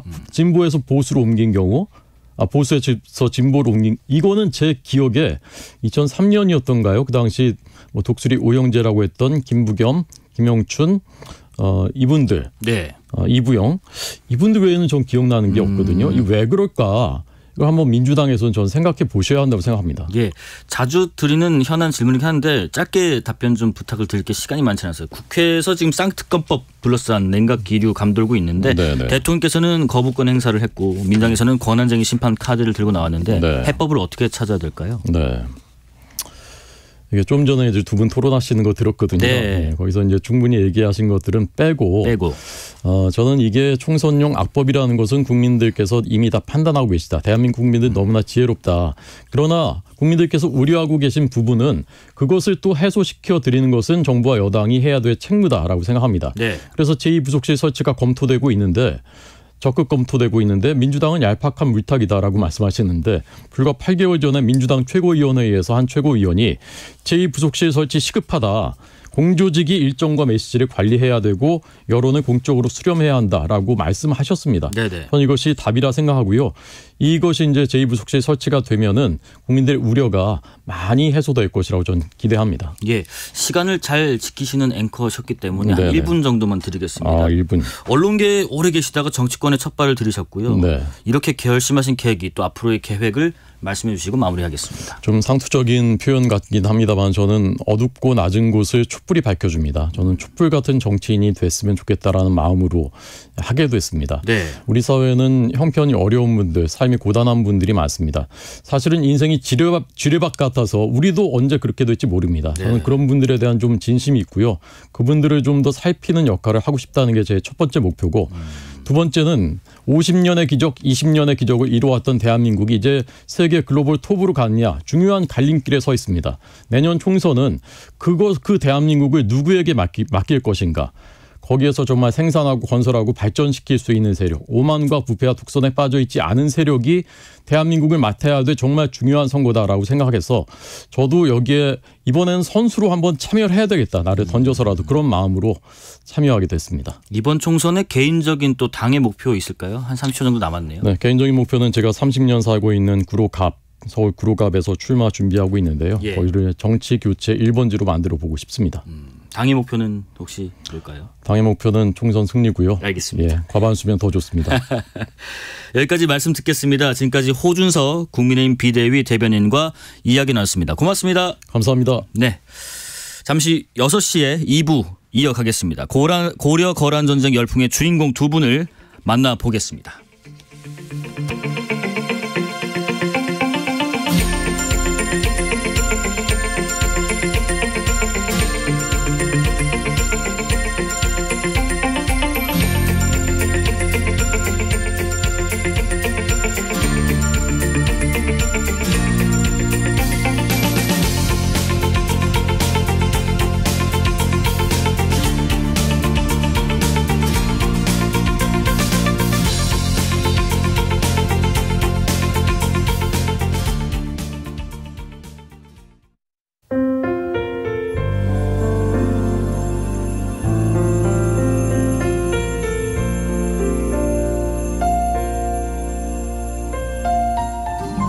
KBS 라디오 연중기획 희망충전 대한민국 568번째 이야기. 안녕하세요. 아나운서 이현주입니다. 9살 성호는 희귀 난치병인 듀센 근위 영양증을 앓고 있습니다. 자랄수록 근육이 점점 마비되는 병인데요. 여기에 지적장애와 ADHD까지 동반돼 몇 배의 치료가 필요한 성호. 하지만 최근 들어 병의 진행 속도가 빨라졌다는 진단에 성호 부모님의 걱정은 더 깊어졌습니다. 주기적으로 받아온 재활치료의 지원마저 이제 곧 중단될 예정인데요. 좋지 않은 상황에 경제적, 정신적으로 도움이 절실한 성훈의 가족. 고통 속에서도 희망의 걸음을 연습하는 성호를 위해 여러분이 용기와 힘을 전해주세요.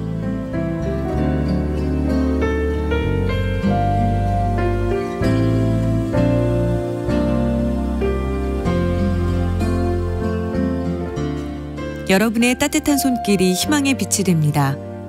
ARS 060-700-1580 060-700-1580 한 통화 3,000원으로 희망을 선물해주세요. KBS 라디오 연중기획 희망충전 대한민국은 초록우산 어린이재단, 인탑스 주식회사 그리고 청취자 여러분과 함께합니다. ARS 060-700-1580 한 통화 3,000원입니다.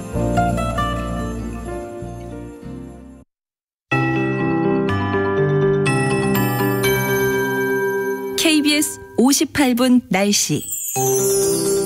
내일 늦은 새벽에 경기 서해안부터 눈이 시작되겠습니다. 내일과 모레 많은 눈이 쏟아질 걸로 보입니다. 경기 내륙으로 5에서 15cm 정도 예상되고요. 이뿐 아니라 전국적으로 3에서 10cm 안팎의 폭설이 예상됩니다. 강원도와 경북 많은 곳은 5에서 15cm, 강원 산지는 20cm 이상의 눈이 쌓일 걸로 보여집니다. 안전사고에 유의하셔야겠습니다. 동해안과 부산, 울산에는 비로 내릴 경우 10에서 40mm가량 오겠는데요. 중부는 대부분 눈으로 내릴 가능성이 높습니다. 중부 서해안과 남부지방의 경우는 고도에 따라 강수 형태가 달라질 수가 있겠습니다. 수도권은 강수 집중 시간이 주로 내일 오전부터 밤 사이가 되겠습니다. 시간당 1에서 3cm로 강하게 올 것으로 보이고요. 강원도와 충청 이남은 내일 오후부터 강수가 집중되겠습니다. 내일 아침 기온은 서울 영하 2도로 오릅니다. 전국적으로 영하 3도에서 영상 8도 분포가 되겠고요. 낮 최고 기온 서울 2도 등 전국적으로 1도에서 10도로 오늘보다는 조금 오르겠습니다. 또 내일 새벽부터 동해 중부 먼바다의 물결이 높아지고요. 또 모레 경상권 해안과 제주도에는 강풍이 불겠습니다. 또 모레까지 동해안에는 너울성 파도 주의하셔야겠습니다. 지금 서울의 기온은 영하 1.5도입니다. 강혜종입니다.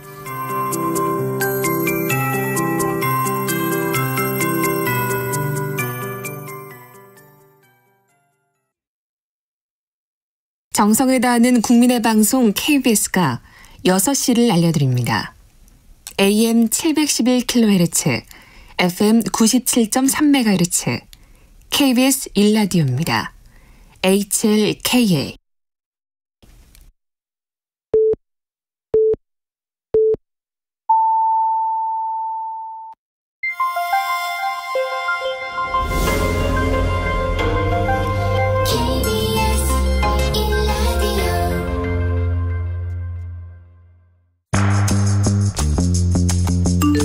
여러분은 지금 퇴근길 시사편지 한 장, KBS 1라디오 뉴스레터 K를 듣고 계십니다.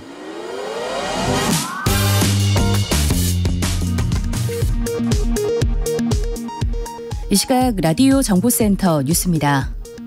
이재명 더불어민주당 대표를 습격한 피의자 김모 씨를 수사 중인 경찰이 김 씨를 도운 것으로 추정되는 70대 남성을 방조 등의 혐의로 긴급 체포했습니다.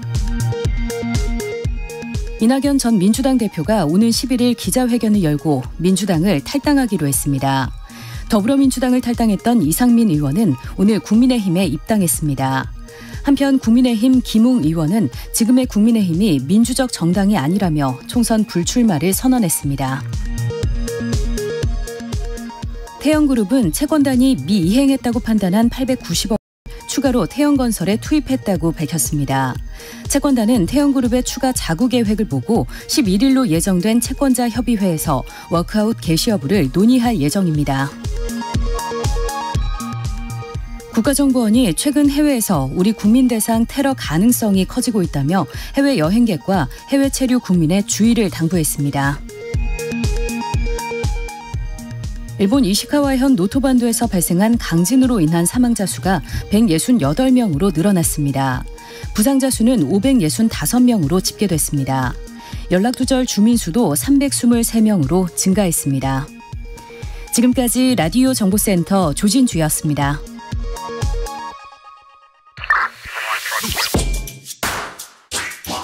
뉴스의 진수를 보여주는 인터뷰 뉴진수.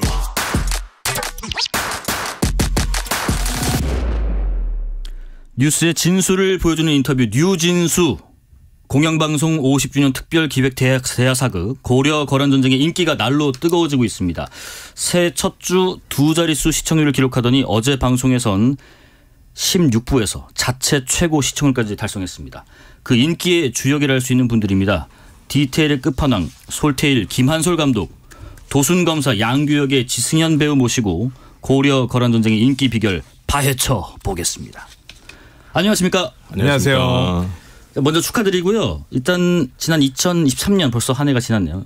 KBS 연기대상에서 고려 거란전쟁 7관왕, 특히 지승현 배우께서는 우수상과 인기상 2관왕 하셨고요. 네, 축하드립니다. 감사합니다. 지승현 배우님 그리고 김한솔 감독님께서 차례로 네. 뉴스레터 K 청취자분들께 못다한 소감 그리고 새해 인사도 같이 부탁드리겠습니다. 네, 뉴스레터 K 시청자 여러분 안녕하십니까? 청취자 여러분. 청취자 여러분 죄송합니다.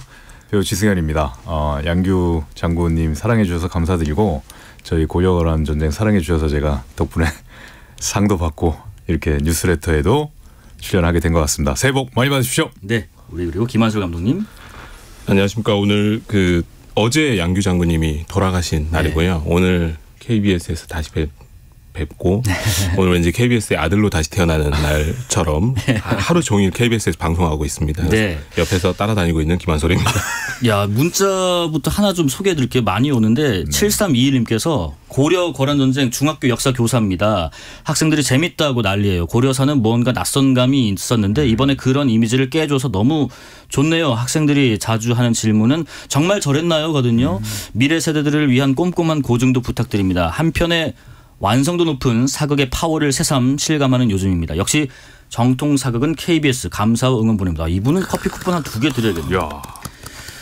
새해 첫 주 시청률이 고공행진을 했습니다. 특히 어제 방영된 16화 도순검사 양규 장군 전사 하시는 바람에 양규 아리 하셨던 분들 눈물샘을 자극했는데 저도 어제 늦게 밥 먹다가 보면서 너무 울어가지고 숟가락 잠시 놨어요. 아, 진짜로요? 이렇게 슬프게 만들면 어쩝니까? 밥을 먹질 못했습니다. 여기저기 많이 맞고 아프셨죠.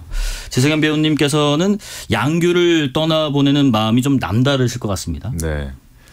일단 양규 장군님이라는 인물을 많은 분들이 모르셨거든요. 그렇죠. 저 또한 그랬습니다. 그 부분 때문에 제가 이 역할을 하면서 이 드라마가 끝나면 모든 시청자분들 많은 국민들께서 양규 장군님을 알았으면 좋겠다라고 제가 노래를 부르고 다녔어요. 현장에서 스태프들한테도 그렇게 얘기를 하고. 근데 너무 많이 알려진 것 같아서 양규 장군님의 업적을 또 사랑해 주시고 그래서 저는 개인적으로 너무 뿌듯합니다. 어떤 배우로서의 이미지 쇄신이랄지 다른 면의 어떤 목표 달성이 아니라 양규 장군께서 널리 알려주면 좋겠다라는 목표가 있다 보니까 새삼 좀 다르게 좀 들리는 것 같습니다. 김한솔 감독님 하면 역사 고증에서 진심인 분입니다. 임진왜란 1호 9.2 때도 그러셨고요. 어제 전투씬도 이전 사극에서는 볼 수 없었던 장면들 우리 제작진분도 어떻게 이런 게 나오지? 아까 얘기를 하더라고요. 특히 양규 게릴라 씬 이른바 300보 씬 촬영하시면서 가장 중점에 두신 부분은 뭐였나요? 가장 중점에 둔 거는 우선은 말씀하신 대로 사실은 양규 장군님과 김숙궁 장군님 그다음에 결사대들의 죽음의 의미, 역사적 의미를 조금 천착하고 싶었어요. 첫 번째가 사실은 단선적으로는 민초들이 도망갈 수 있는 시간을 벌려고 싸운 게 하나가 있고요. 두 번째는 이제 역사학자들의 공통된 해석인데 양규 장군님 사실 그때 안 싸우고 피했으면 사실은 진짜 개국공신처럼 엄청 높은 국방부 장관 하셨을 거예요 아마. 그런데 피하지 않고 싸우셨단 말이에요. 그 이유가 사실은 거란에게 엄청난 공포심을 심어주겠다. 이게 이제 가장 큰 목표였다라고 말씀을 하죠. 특히 이제 지금 이순신 장군님하고 이제 비견을 하는데 퇴각하는 적을 끝까지 공격해서 그들에게 뼛속까지 고려의 공포를 심어주겠다라는 게 역사적인 어떤 해석이라서 이 부분을 최대한 공포심, 거란이 느끼는 공포심을 시청자들에게도 느꼈으면 좋겠다. 이게 두 번째고요. 마지막으로 짧게 말씀드리지만 단병접전이라는 전투인데 이 짧은 병장기를 가지고 근접거리에서 칼이나 창 같은 맞습니다. 싸우는 건데 그것에 대한 어떤 고증적인 싸움에 한번 실험적인 만큼 실험적으로까지라도 한번 도전해 보고 싶었다. 그래서 사실 갑옷을 입는 이유가 근접전을 할 때 이 갑옷이 우리를 기능을 해주거든요. 이게 목가리 같은 경우도 목을 보호해 준다거나 하는데 지금까지 그런 부분들은 조금 많이 없어서 이런 고증적인 단병접전도 많이 표현해주기 위해서 노력 많이 했습니다. 아까 엄청난 공포라는 부분을 거란군에 그런 거를 좀 보여주기 위해 노력하셨다 하셨는데 어제 방송 보신 분들은 아실 겁니다.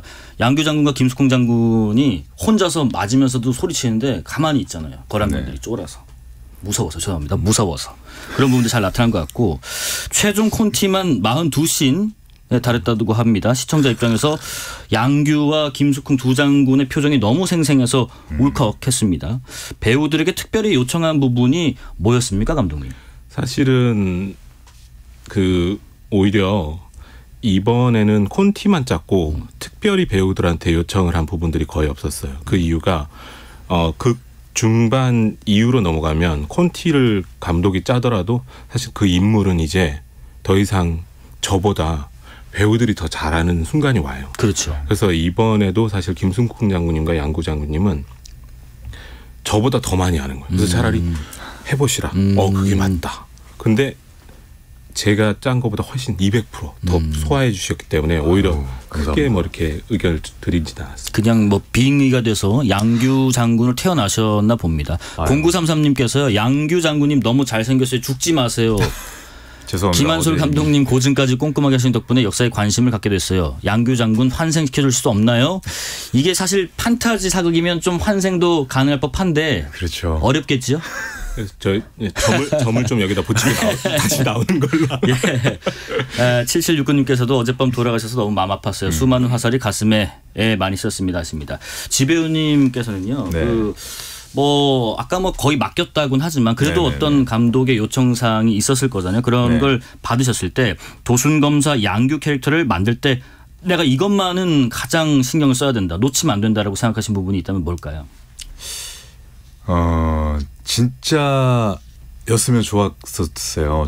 좋겠다는 생각을 했어요. 감독님께서 사실 뭐 활 쏘는 법 그리고 제 승마를 하는데 제 이름 옆에만 다른 분들이 이제 승마 타야 된다 이렇게 승마만 써 있는데 제 이름 옆에 정말 잘 타야 함 이런 써 있었는데 그 범인은 바로 김한솔 감독님이셨더라고요. 아니 뭐 아까 디렉션 없으셨다면서 잘 있으셨네요. 그래서 그런 것들 이제 말 타고 활 쏘는 것들 그리고 국궁 사법대로 연습한 것들 그런 것들을 이제 활 또 시위 얹고 전쟁 중에 터졌을 때 이런 것들을 제가 어설프게 보여드리고 싶지가 않아서 정말 연습을 많이 했고요. 그 덕분에 그런 어떤 좀 양규 장군님의 외형이나마 그런 것들을 잘 표현해서 시청자분들이 또 좋아하시지 않았나 그런 생각이 듭니다. 아까 김한솔 감독께서 잠깐 언급을 하셨지만은 사극 마니아들 사이에서는 그 수건 사업이라고 불렸던 것들을 이번 작품에 녹아내셨다 하셨는데 그게 아까 언급하셨던 것 포함해서 조금 더 디테일하게 설명해 주실까요? 그러니까 사실은 그 이제 디렉션이 없었다는 건 마지막 전투 때 이제 그때는 이제 장군님 두 분이 거의 빙의 상태셨기 때문에 이제 알아서 하시라. 정말 알아서 하셨어요. 그때 너무 잘하셨고 그 방금도 봤는데 원테이크로 사실은 다 갔는데 그 안에 다 녹여내셨어요. 그래서 이걸 편집을 굳이 해야 되나 하지만 이제 필요한 것들은 편집했던 거고 말씀드린 고증 관련해서는 장군님 캐스팅 되자마자 사실은 가장 먼저 했던 게 이제 이번에 진짜 마음을 먹고 했기 때문에 그 국궁 선생님을 이렇게 모셔서 저기 진짜 둘이 진짜 붙여드려가지고 최대 정말 국궁 마스터가 됐으면 좋겠다. 그런 것들 이제 많이 생각했고 사실은 저희가 이제 우리나라가 활의 나라라고 하지만 우리 대한민국 사회에서 다들 로빈 훗, 윌리엄 텟 이런 사법을 구사하고 있어요.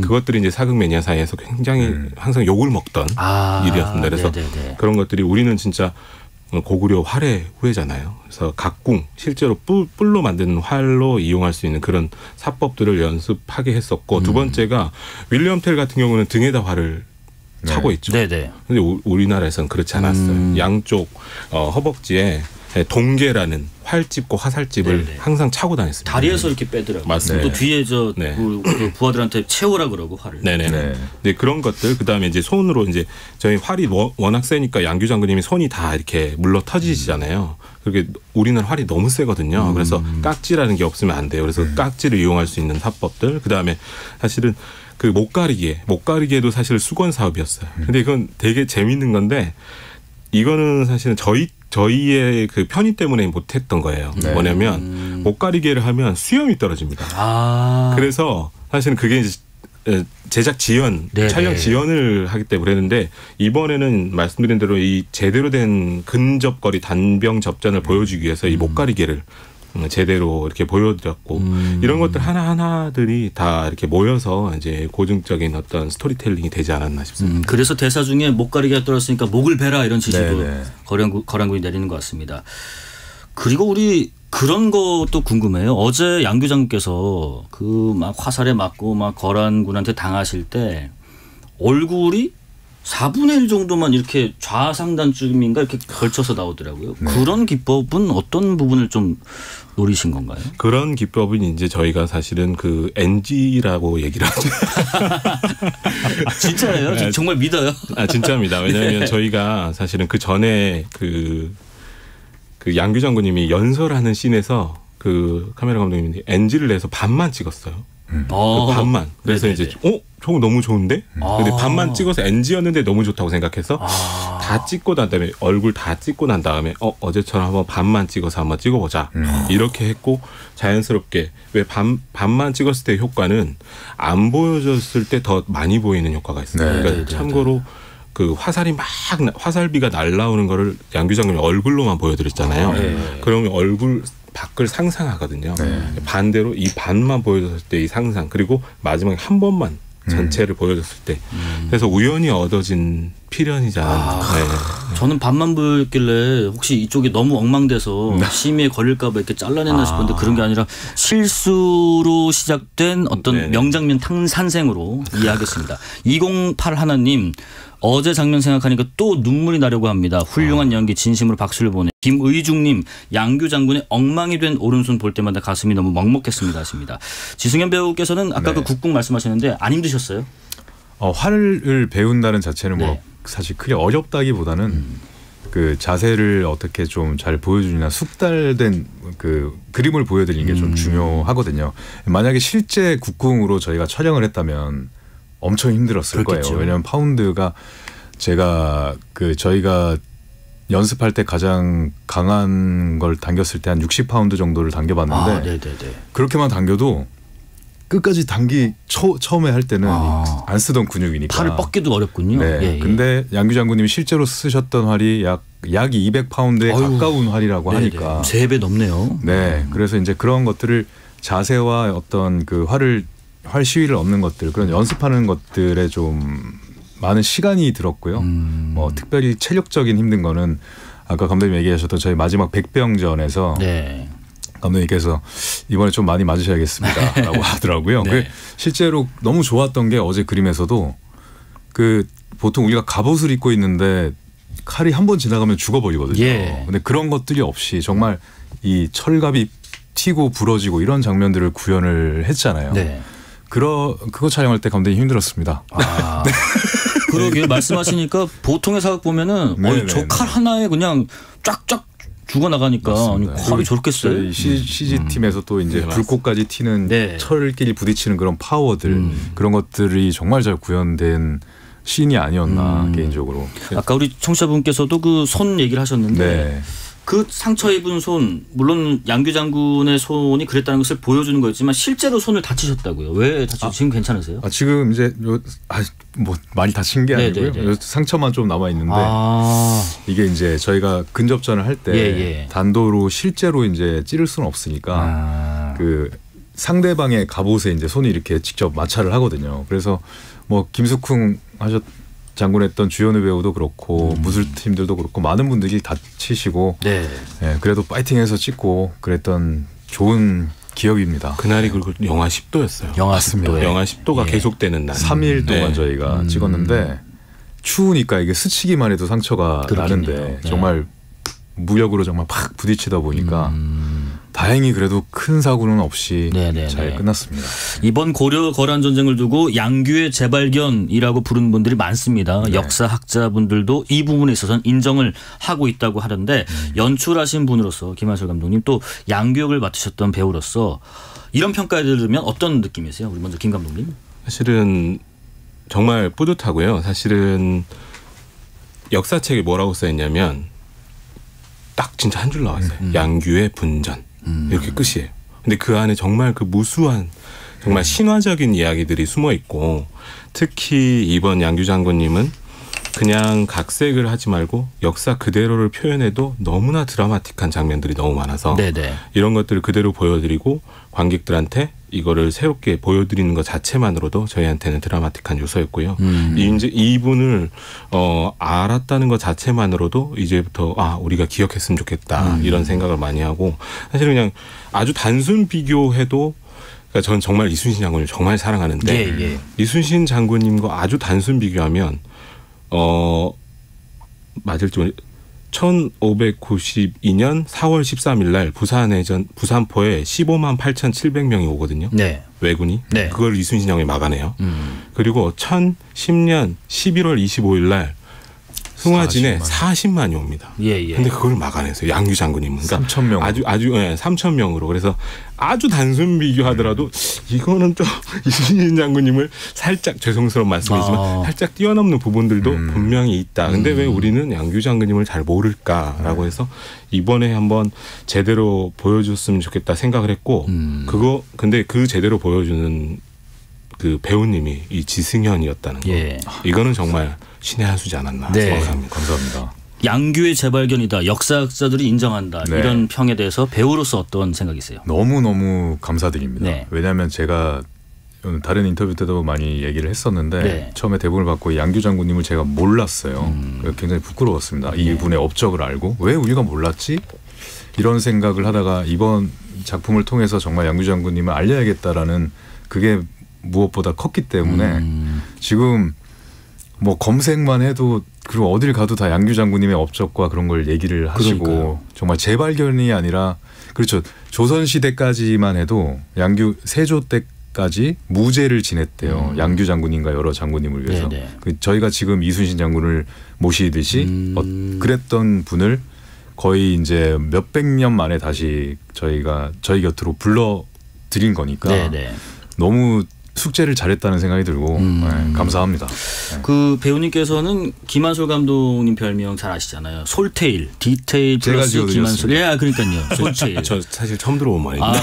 지승현 배우님이 지어주신 거예요. 하나 더 있습니다. 현장에서는 제가 늘 연신님 나오셨습니까? 연신님? 연출의 신. 연신 솔테일. 연신 감사합니다. 대단합니다. 두 분의 그 케미. 어쨌든 그런 디테일한 연출이 좀 돋보인다고 하시던데. 작업 중에 보면서 진짜 이런 것까지 디테일해? 대단하다 했던 부분이 있다면 어떤 부분일까요? 너무 많죠. 매신에 있었고요. 하나 아까 말씀드렸다시피 그 갑옷에서 이것들이 찰갑에서 부서져 나가는 이런 것들을 생각하시고 그걸 연출하셨던 거. 그리고 흥화진 전투에 꽃이 하나 등장을 합니다. 그 꽃에서 양규의 불화살로 착 장면이 바뀌거든요. 이 상징의 의미는 감독님이 좀 이따 얘기를 해주시겠지만 그 꽃이 양규가 시체가 들어올 때 마지막에 양규 시체 옆에 그 꽃이 흥화진 벽에 또 똑같이 붙어 있습니다. 말씀하시니까 그렇게 이어지기가 쉽네요. 저는 그 꽃 이제 단순히 민초들을 지켜냈다는 어떤 희망의 상징이라고만 생각을 했어요. 그 꽃의 의미가 감독님 뭐죠? 장군님이 말씀. 뭐죠? 쑥스러우신가 보다. 그런 디테일들. 이거는 진짜 현장에서는 우연이 필연이고 필연이 우연이에요. 근데 사실 저는 우선은 답부터 말씀드리면 그 꽃이 물망초인데 나를 잊지 마세요라는 꽃말을 갖고 있어요. 근데 그거는 우선 그걸 준비해 주신 우리 소품팀 지환이 형한테 너무나 감사드리고 그 물망초 꽃에 양규 장군님 손을 걸고 이제 포커스 아웃해서 이렇게 찍은 건데 양규 장군님과 많은 그때 당시 결사대들을 잊지 말아줬으면 하는 생각이 첫 번째였고 두 번째는 이거였던 것 같아요. 흥화진에 핀 꽃이 저는 민초라고 생각했거든요. 그래서 양규 장군님은 가셨지만 민초들은 살아남았다 이런 뜻이었고 세 번째는 그 양규 장군님이 6화 때 민초들을 사실 어쩔 수 없이 이건 극이지만 어쩔 수 없이 이제 죽였을 때랑 성벽을 오르는 그 민초들. 그러니까 저 연출할 때 좀 이렇게 그 변주라고 하죠. 그러니까 변주하는 걸 되게 좋아하는데 이번에는 그 민초들의 장례식장에 사실은 양규 장군님이 저희 그 장례식을 치르고 있는 그런 반대적인 요소들을 많이 했고 사실은 좀 제가 전투를 네 가지 전투를 딱 하나의 그 오브제로 엮어놨거든요. 꽃이에요, 꽃.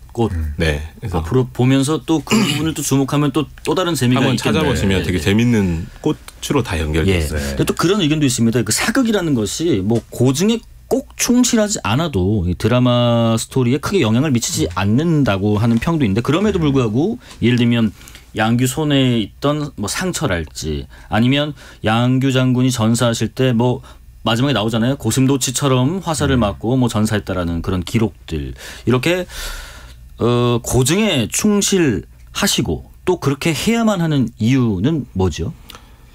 우선은 저는 임진왜란 159 때 똑같은 인터뷰를 드렸는데 임진왜란 159도 제가 이제 글을 쓰면서 어느 순간 이런 생각이 들더라고요. 이 글은 제가 쓴 게 아니라 그때 피 흘리고 땀 흘렸던 그 많은 사람들이 썼다라고 생각을 했어요. 그러니까 저는 지금 저희 사무실에서 노트북 켜놓고 열심히 쓰는데 이게 과연 그때 피 흘리고 자신의 역사를 썼던 사람들보다 더 진솔하고 더 드라마틱한가 아니거든요. 때로는 역사가 드라마보다 더 드라마틱합니다. 와. 저는 그 부분을 되게 많이 천착하는 것이 좋지 않을까. 그리고 특히 우리 지승현 배우께서 이번에도 되게 항상 저한테 말씀하시는 양규 장군님을 제대로 알리고 싶다. 예. 그러니까 가공의 인물이 아니라 진짜 있던 인물들은 제가 볼 때는 각색이 아니라 그 팩트 자체를 전달하는 게 큰 의미가 있지 않나 이렇게 생각합니다. 역시 그 명품 대하사극의 명품 감독과 배우께서 나오시니까 좀 깊이 있는 얘기를 명품 라디오 지금 하고 있는데요. 조금 가벼운 질문도 한번 드려볼게요. 네. 배우님께서 워낙에 그 현장에 다양한 캐릭터를 가진 많은 배우분들 계시잖아요. 뭐 소배합도 계시고 뭐 등등등등. 재미난 에피소드가 좀 궁금한데 뭐 예를 들면 뭐 고려군, 거란군 뭐 쉴 때도 따로 쉰다든지 아니면 뭐 으르렁 될 때도 있다든지 뭐 재미난 에피소드 뭐가 있었을까요? 글쎄 이제 양규 장군은 주로 전방에서 혼자 전투를 치르고 있어가지고요. 네네. 제가 왕을 아련한 게 한 번이고 강감찬 장군을 본 게 5신밖에 없습니다. 아, 네네네. 주로 저희 이제 김숙훈 장군하고 정성 장군하고 전쟁만 하고 있어서 뭐 딱히 자주 뵙지를 못했네요. 네, 그게 재밌다면 재미있었던. 그리고 전쟁을 할 때도 저희가 사실은 그런 장소의 제약이 있어가지고 저는 흥하진 전투할 때 저는 거란군을 한 번도 만난 적이 없습니다. 아 그렇겠네요. 네, 저는 위에서 연기를 하고 다 이제 5일 동안 촬영을 하고 그 다음에 5일 동안 다른 곳에서 거란군 형님들은 소배합 형님들은 또 촬영을 하고 이렇게 해서 그게 편집됐을 때 굉장히 보는 재미가 있었죠. 저는 조금 상상해서 연기를 했어야 했었던 그런 것들. 극 중에 나오시는 것처럼 실제도 고독하셨네요. 어떻게 보면. 그렇습니다. 네. 9449님께서요. 말을 제일 오래 타신 거 얼마나 타셨어요? 이런 질문을 주시네요. 오래 탄 거요? 그래서 저희가 첫 촬영 때 첫 촬영 첫날에 제가 그 정성 장군, 김숙훈 장군하고 고려군을 잡는데 5월 달인데 32도였어요. 5월 달인데요? 아, 그랬던 때가 있었나요? 네. 그랬습니다. 그 정확히 그 온도를 기억을 하는 게 첫 촬영이어서 5월 17일. 네. 5월 17일 32도였고 그날 3일 내내 말을 탔죠. 어우, 3일 내내 말을 타셨답니다. 18, 19 정도 아마 날짜가 되지 않을까. 더운 낮신. 낮에만 계속 말 타면서 달려가면서 활 쏘고 그런 씬들을 3일 정도 찍었던 것 같습니다. 더운 여름이면 뭐 더우니까 예상이 갈 텐데 5월에 갑자기 32도다 보니까 그러니까요. 사흘 동안 내내 말을 타셨다고 합니다. 시청률 계속 고공행진 중입니다. 저는 뭐 조금 더 오를 거라고 예상을 합니다만 한 20% 예상합니다. 고려 거란전쟁 감독님 이런 청들이 있습니다. 거두어 주시기 바랍니다. 몇 부라도 연장될 가능성은 없나요? 짧다. 네. 저도 사실은 다른 의미에서 조금 길었으면 좋겠다 생각한 게 우선은 양규 장군님이 너무 빨리 가셔서 감사합니다. 저희 이제 요새 느끼는 거는 진짜 이런 말 어디 가서 하면 부끄럽지만 제작비 압박이 너무 심해서 몇 부라도 더 늘려서 제작비를 더 타고 싶은 마음이 사실은 양규 장군님의 그 게릴라 전투도 너무 없는 예산에 너무 그걸 아셨나? 1927님께서 이번 드라마 고려 거란전쟁 너무 잘 보고 있는데 제작비 지원을 좀 더 많이 해주세요. 명작으로 보고 싶습니다라고 문자를 적시해 주셨습니다. 정말 이런 말씀 제가 드리기 부끄럽지만 사실은 제작비는 여러분들이 주시는 겁니다. 사실 수신료로 이루어지는 거기 때문에 이런 작품을 어디에서도 할 수 없어요. 그래서 소중한 수신료를 잘 쓰는 게 저희 목표지만 또 조금만 더 주시면 게릴라전이 더 풍부하지 않을까. 반대로 이런 의견도 있습니다. 저도 극 초반에 극 전개가 굉장히 빠르더라고요. 그래서 이렇게까지 속도감이 있다고 싶었는데 사실 기존 대하사극 보면은 뭐 200부작도 있고 100부작 넘어가는 것도 부지기수였는데 그거에 비하면 대하사극 특히나 공영방송 50주년 특별 기획인데도 불구하고 좀 짧다. 32부작은. 그거는 그렇게 제작된 이유가 뭔가요? 역시 제작비. 슬픈 얘기를 좀 가난한 집 얘기. 이게 뭐 사실은 뭐 돈 얘기는 그만하고 사실은 지금 그리고 어떻게 보면 또 시청에 대한 어떤 그 시청자들이 너무 또 긴 거는 조금 부담스러워 하시는 부분도 있고 이런 부분들이 있습니다. 트렌드가 아무래도 좀 짧은 것들을 선호하시는 경향도 있는 것 같고. 저희도 근데 앞으로도 계속 이런 대하사극은 계속 만들어져야 되지 않나라는 네. 생각은 하고 있고요. 예. 보노보노님께서요. 저 내일 고려 거란전쟁 장수 역할로 보조 출연 촬영 갑니다. 작품에 누가 되지 않게 열심히 할게요라고 말씀을 해주셨습니다. 파이팅입니다. 그런데 짧은 얘기를 하면서 혹시 회상씬이라도 저 뒤에 양규 장군이 나올 수도 있나요? 저는 감히 바라봅니다. 그래요? 네. 가능성 있는 얘기입니까? 네. 알겠습니다. 기대해 보겠습니다. 마음에 준비하고 있겠습니다. 네. 그리고 앞서 공영방송 언급하셨으니까 공영방송 KBS 역할에 있어서 대하사극 제작이 사실 큰 몫을 차지한다고 생각을 합니다. 어느 방송사에서 할 수 있을까 하는 생각도 들고요. 연출자로서 이런 부분도 많이 염두에 두고 계시죠? 하실 말씀도 있으실 것 같아요. 사실은 제 말씀은 아니고 제가 이 인터넷 댓글을 보고 좀 엄중해졌던 건데 저희한테 고증이나 역사에 대한 이야기를 제대로 다루고 진실되게 다루라 그러면서 대하사극에 대해서 이렇게 얘기하시더라고요. 때로는 역사를 드라마로 배웁니다. 라는 얘기를 하시더라고요. 그러니까 저희 그 KBS에서 해야 되는 잘할 수 있고 잘해야 되는 숙제가 바로 이 드라마로 역사를 많은 사람들에게 알려주는 거라고 생각하고요. 앞으로도 잘해야 되지 않나라는 생각을 많이 하고 있습니다. 흥행만큼이나 사명의식을 갖고 만드시는 것 같습니다. 귀주대첩 장면도 벌써부터 기대된다는 분들 많습니다. 촬영은 끝냈는지 어떤 부분을 포인트로 보면 될지요? 귀주대첩 같은 경우는 대한민국의 3대첩이에요. 한산대첩, 살수대첩, 귀주대첩. 그래서 저희가 애초에 가장 많은 시간과 가장 많은 돈을 들여서 만들고 있고요. 아마 제가 8불7로 말씀드리면 편집이 끝났을 때 이거는 대한민국이 아니라 탈아시아급이지 않나라는 생각을 했습니다. 그래서 아니 혹시 제대로 만들어 보겠습니다. 지금까지는 최수성 배우께서 그 예부시랑 이번에 어제 진급하셨던데 아직은 무관으로 안 넘은 것 같아요. 그 과정도 좀 눈여겨볼 만한가요? 역사가 사실은 저희 스포기 때문에 그렇게 될 겁니다. 그래서 그 상원수라는 고려시대 최초로 등장하는 그 직위가 나와요. 그 모든 군권을 강갑찬 장군한테 주거든요. 그런 이야기가 이제 펼쳐지면서 귀주대첩이 펼쳐지면서 지승현 배우님을 몇 번을 회상해보고 싶은 마음은. 자, 그러면 문자를 소개하면서 그에 대한 좀 답을 좀 짧게 좀 들어볼게요.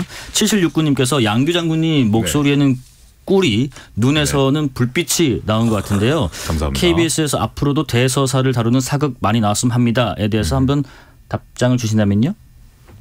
KBS에서? 앞으로도 대서사를 다루는 사극이 많이 나왔으면 합니다. 이거는 부수행 같고 양규 장군에 대한 칭찬했습니다. 목소리에는 꿀이 눈에서는 불빛이 나온다. 그거에 대한 답변을. 청취자분께요. 너무 감사드립니다. 오늘 칭찬을 되게 많이 해주셔가지고 제가 양규 장군님 덕분에 이렇게 좀 그 장군님의 인기에 힘입어서 저도 조금 묻어가는 것 같습니다. 감사합니다. 그럼 말씀 나온 김에 예전에 저는 기억하기를 물론 많은 작품 하셨지만 광산의 김정아인데 바람에서 시작하셔서 여기 지금 장군까지 오셨어요.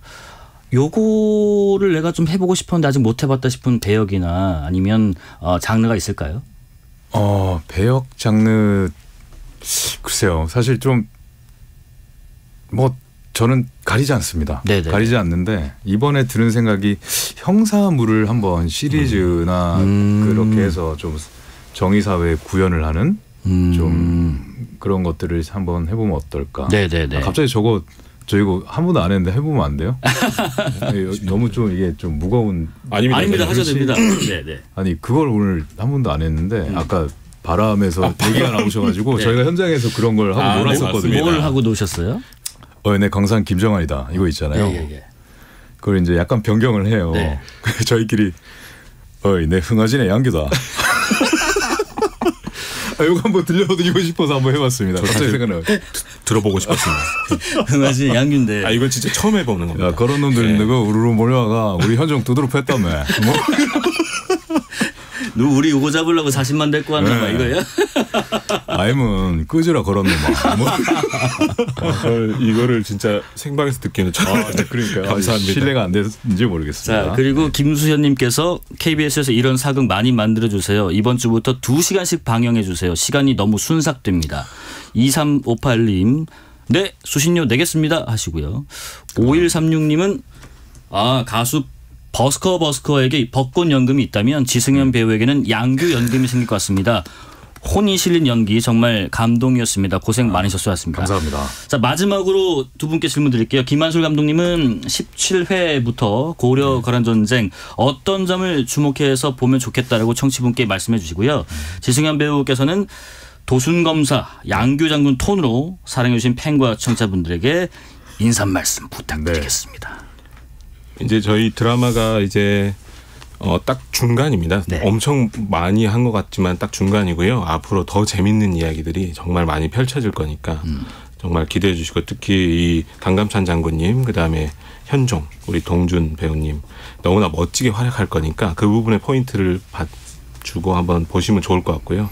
그리고 마지막 저는 이제 귀주대첩을 또 말씀드린 대로 탈아시아급으로 만들려고 열심히 한번 노력해 볼 테니까 지켜봐 주시고요. 사실은 양규 장군님이 돌아가셔서 너무 슬퍼서 가끔 한 번씩 또 생각해 주셨으면 좋겠습니다. 회상 씨는 제가 좀 주문하는 겁니다. 한번 기대해 저도 한번 주시고요. 진지하게 고민해 보겠습니다. 자, 지승 배우님, 양규 장군 톤으로 준비를 했어야 되는데 팬과 청취자분들께 인사 말씀하면서 마무리하겠습니다. 그동안 사랑해 주셔서 고마웠어. 새해 복 많이 받으시오. 감사합니다. 감사합니다. 여기까지 말씀 드리겠습니다. 두 분 말씀 들어봤습니다. 고려 거란 전쟁의 감독이신 김한솔 감독 그리고 양규 장군 역할의 지승현 배우였습니다. 고맙습니다. 감사합니다. 실시간 교통정보 알아보겠습니다. 교통정보센터 유하영 리포터 나와주세요. 네, 이 시각 교통정보입니다. 오늘 서울 시내에서는 돌발 구간이 많습니다. 강변북로 구리 방향 동호대교 1차로에서 사고 났습니다. 한강대교부터 막히고요. 더 가서 영동대교 1차로에서도 사고 나면서 성수대교부터 정체입니다. 이후로 잠실철교 아래 4차로에는 고장난 차가 서 있고요. 동부간선도로 의정부 방향 용비교 1차로에서 사고 났고 더 가서 상계교까지 퇴근길 정체 이어집니다. 고속도로는 수도권 제일순환고속도로 판교에서 구리 방향 광암터널에서 구리 남양주 요금소까지 정체고요. 경부고속도로 서울 쪽으론 양재에서 반포까지 막히고 그 사이 서초 2차로에서 사고 처리하고 있습니다. 서해안고속도로 서울 방향 매송휴게소에서 팔곡터널까지 막히고요. 일직분기점에서 금천까지 밀립니다. KBS 교통정보센터였습니다.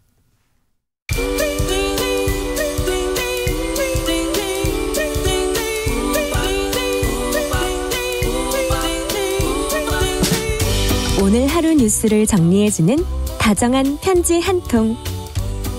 KBS 1라디오 뉴스레터 K.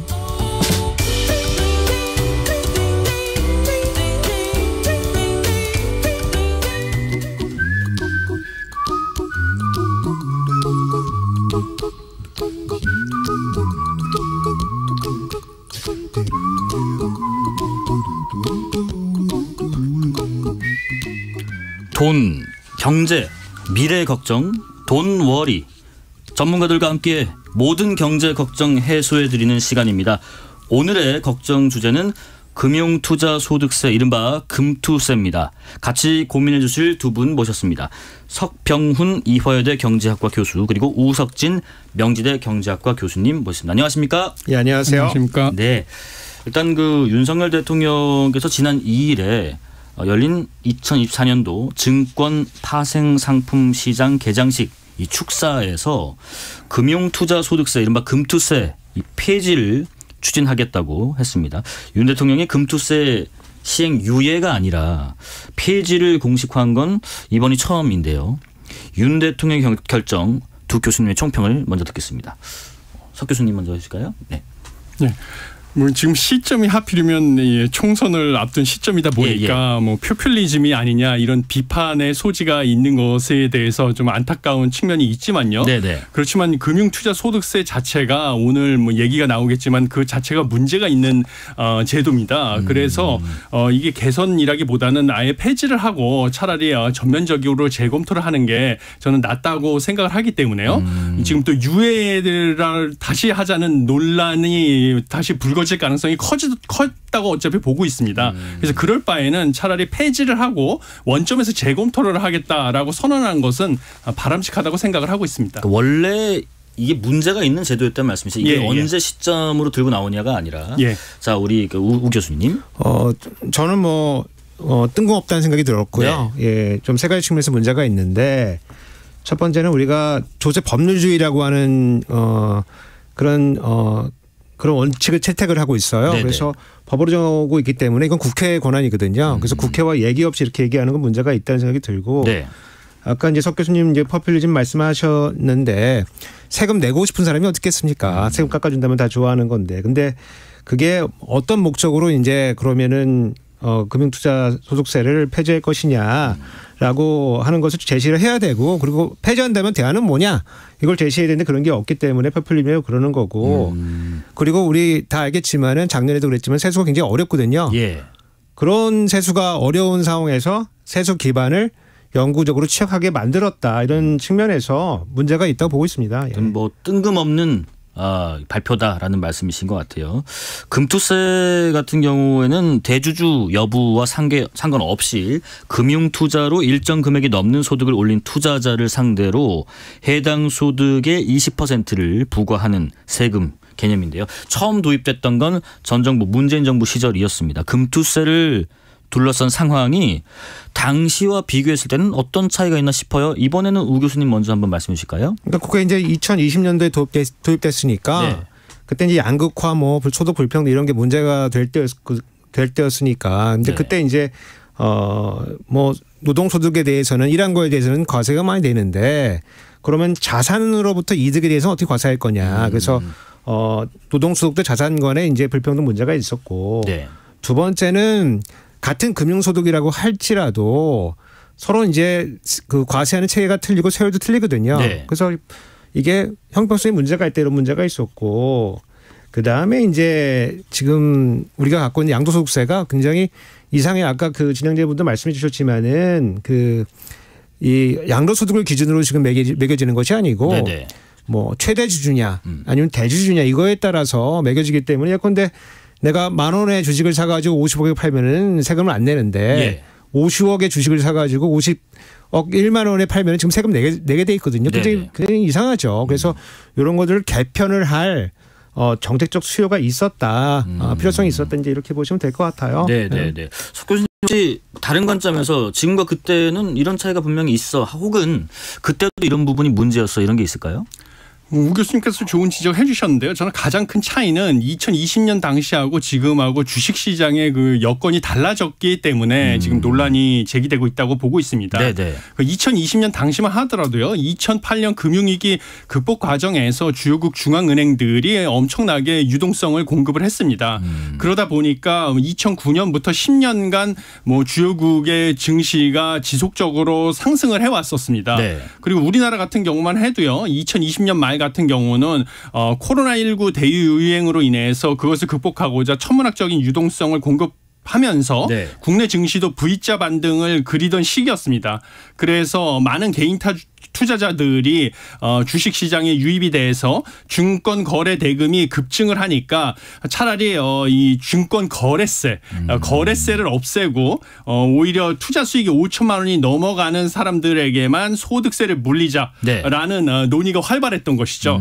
그래서 여야 합의로 지금 투자 소득세 이 법안이 통과가 됐었는데 그 당시에 그래서 별다른 불만이 없었던 것이고요. 네네. 그렇지만 최근에는 오히려 지금 인플레이션에 대응하는 과정에서 주요국들이 기준금리를 인상하다 보니까 주가가 하락을 하고 그래서 이런 상황에서 투자소득세가 실제로 실행이 되게 되면 주가가 추가로 떨어지는 게 아니냐 해서 이거에 대한 불만 그다음에 불안 심리가 커져서 이것을 원점에서 재검토하자 이런 논의가 대두되고 있는 실정으로 보입니다. 다시 한번 그 심층적인 말씀 좀 들어볼게요. 뭐 초반에 총평으로 말씀을 언급하셨지만은 이번 금투세 폐지 공식화 두고 한쪽에서는 증시를 활성화시킬 수 있는 좋은 기회다.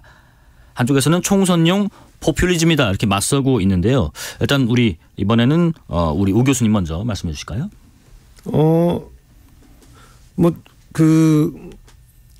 증시가 조금 위축되고 있는 건 사실이죠. 네네. 사실이고 그럴 때 지금 과세하는 제도를 도입하는 게 지금 맞는 거냐 라는 그런 말씀 주신 건데 뭐 이런 한편에서 보면은 말이 되는 얘기 같아요. 근데 다만 이제 네. 이 금투세라고 하는 게 뭐 주식이 떨어진 사람들을 위해서도 지금 소위 말하는 이제 그 손익통산이라는 제도를 지금 도입을 하고 있거든요. 그래서 네네. 떨어진 사람은 세금을 낼 필요도 없고 또 더 나아가서 뭐 예컨대 뭐 주식에서는 소득을 얻었지만은 펀드에서는 손해를 봤다. 그러면 또 세금 낼 필요가 없어지는 거거든요. 오히려 금투세가 이런 금융 침체기에 오히려 또 말이 되는 이제 그런 이제 그 제도라고 말씀드리고 싶고 예. 그다음에 뭐 우리가 보통 말하는 선진국들 대부분이 이 자본 이득에 대한 세금은 다 가지고 있어요. 특히 주식에 대한 양도차득에 대한 뭐 세제를 가지고 있기 때문에 네네.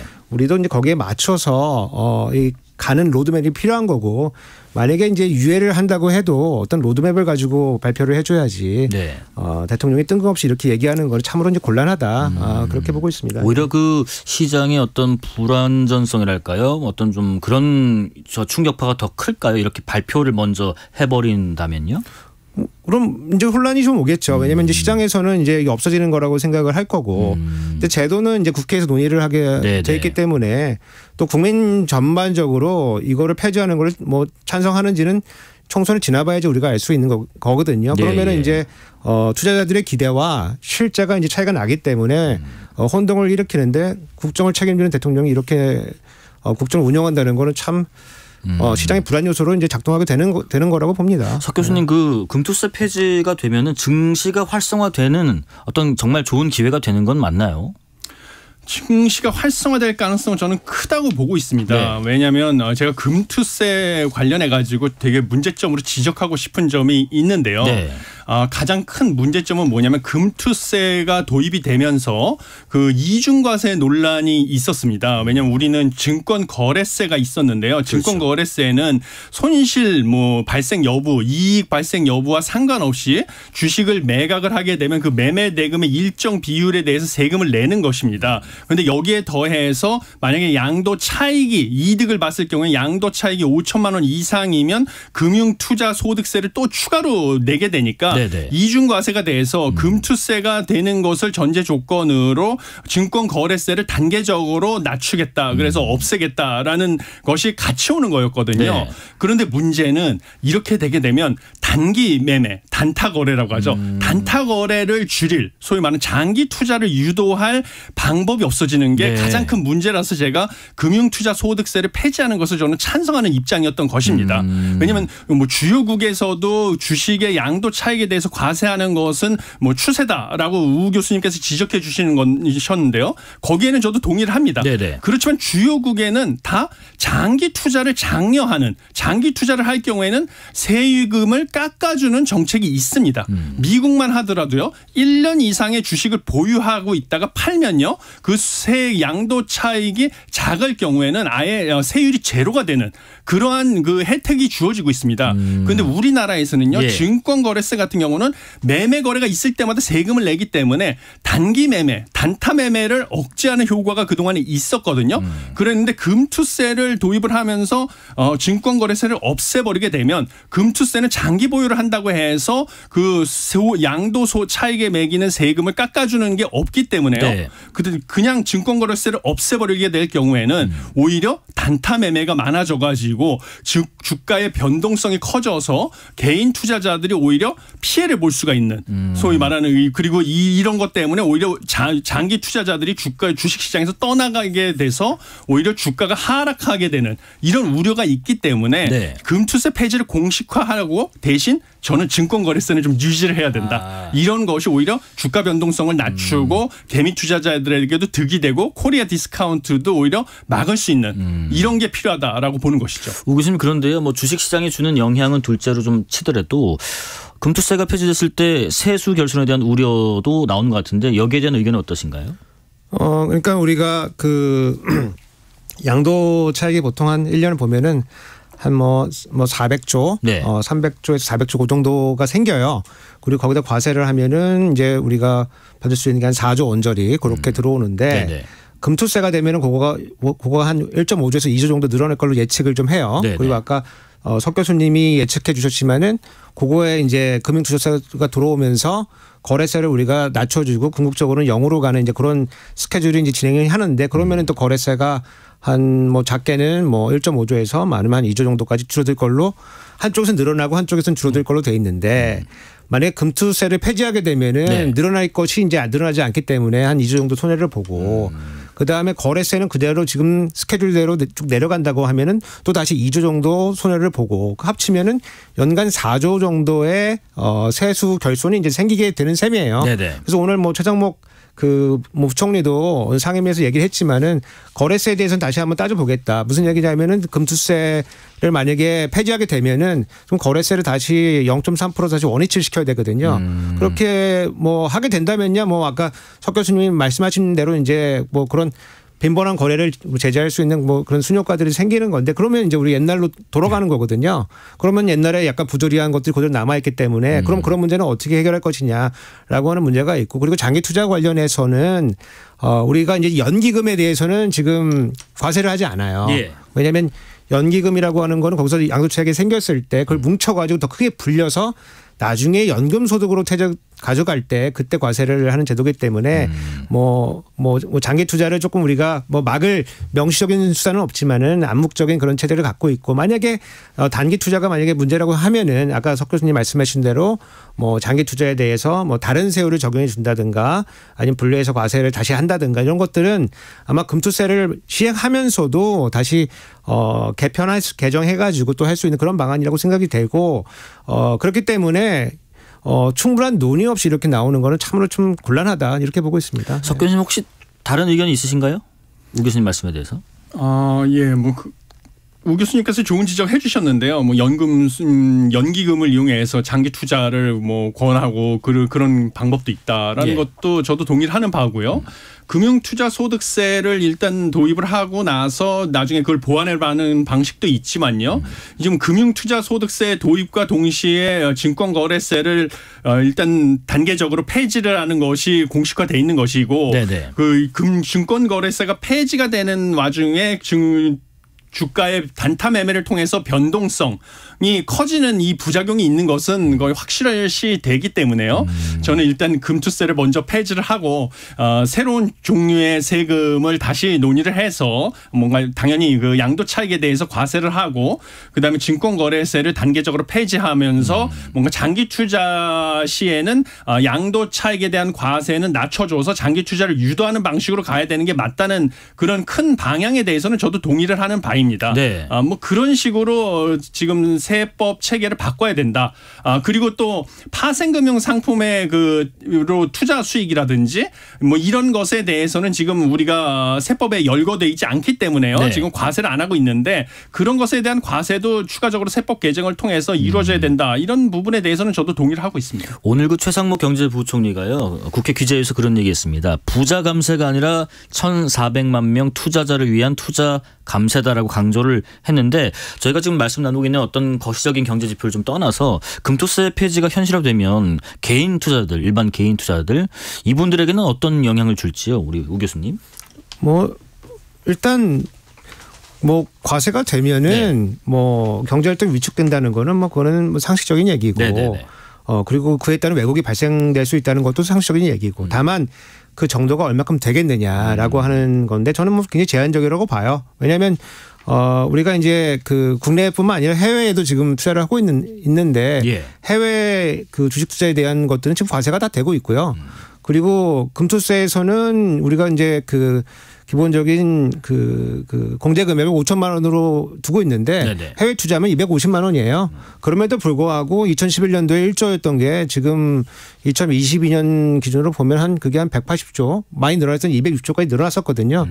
그러면 거기 과세가 돼도 기업이 수익이 나고 성장성이 있으면 투자를 하는 거거든요. 그래서 우리 주가가 떨어지고 이런 문제가 생기는 거는 우리나라 이제 그 기업에 일단 문제가 좀 실적에 좀 문제가 있고 그 다음에 자본시장 투명성에 문제가 있다고 보기 때문에 아무래도 좀 떨어지는 거지 이게 뭐 조세 때문에 뭐 영향은 있겠죠. 근데 그것은 굉장히 제한적일 것이다. 이렇게 보고 있습니다. 아까 두 분 언급 중에서 그 코리아 디스카운트에 대한 얘기가 잠깐 나왔는데 석 교수님 그 금투세가 폐지가 되면 코리아 디스카운트 해소에도 직접적인 영향을 미칠 수 있나요?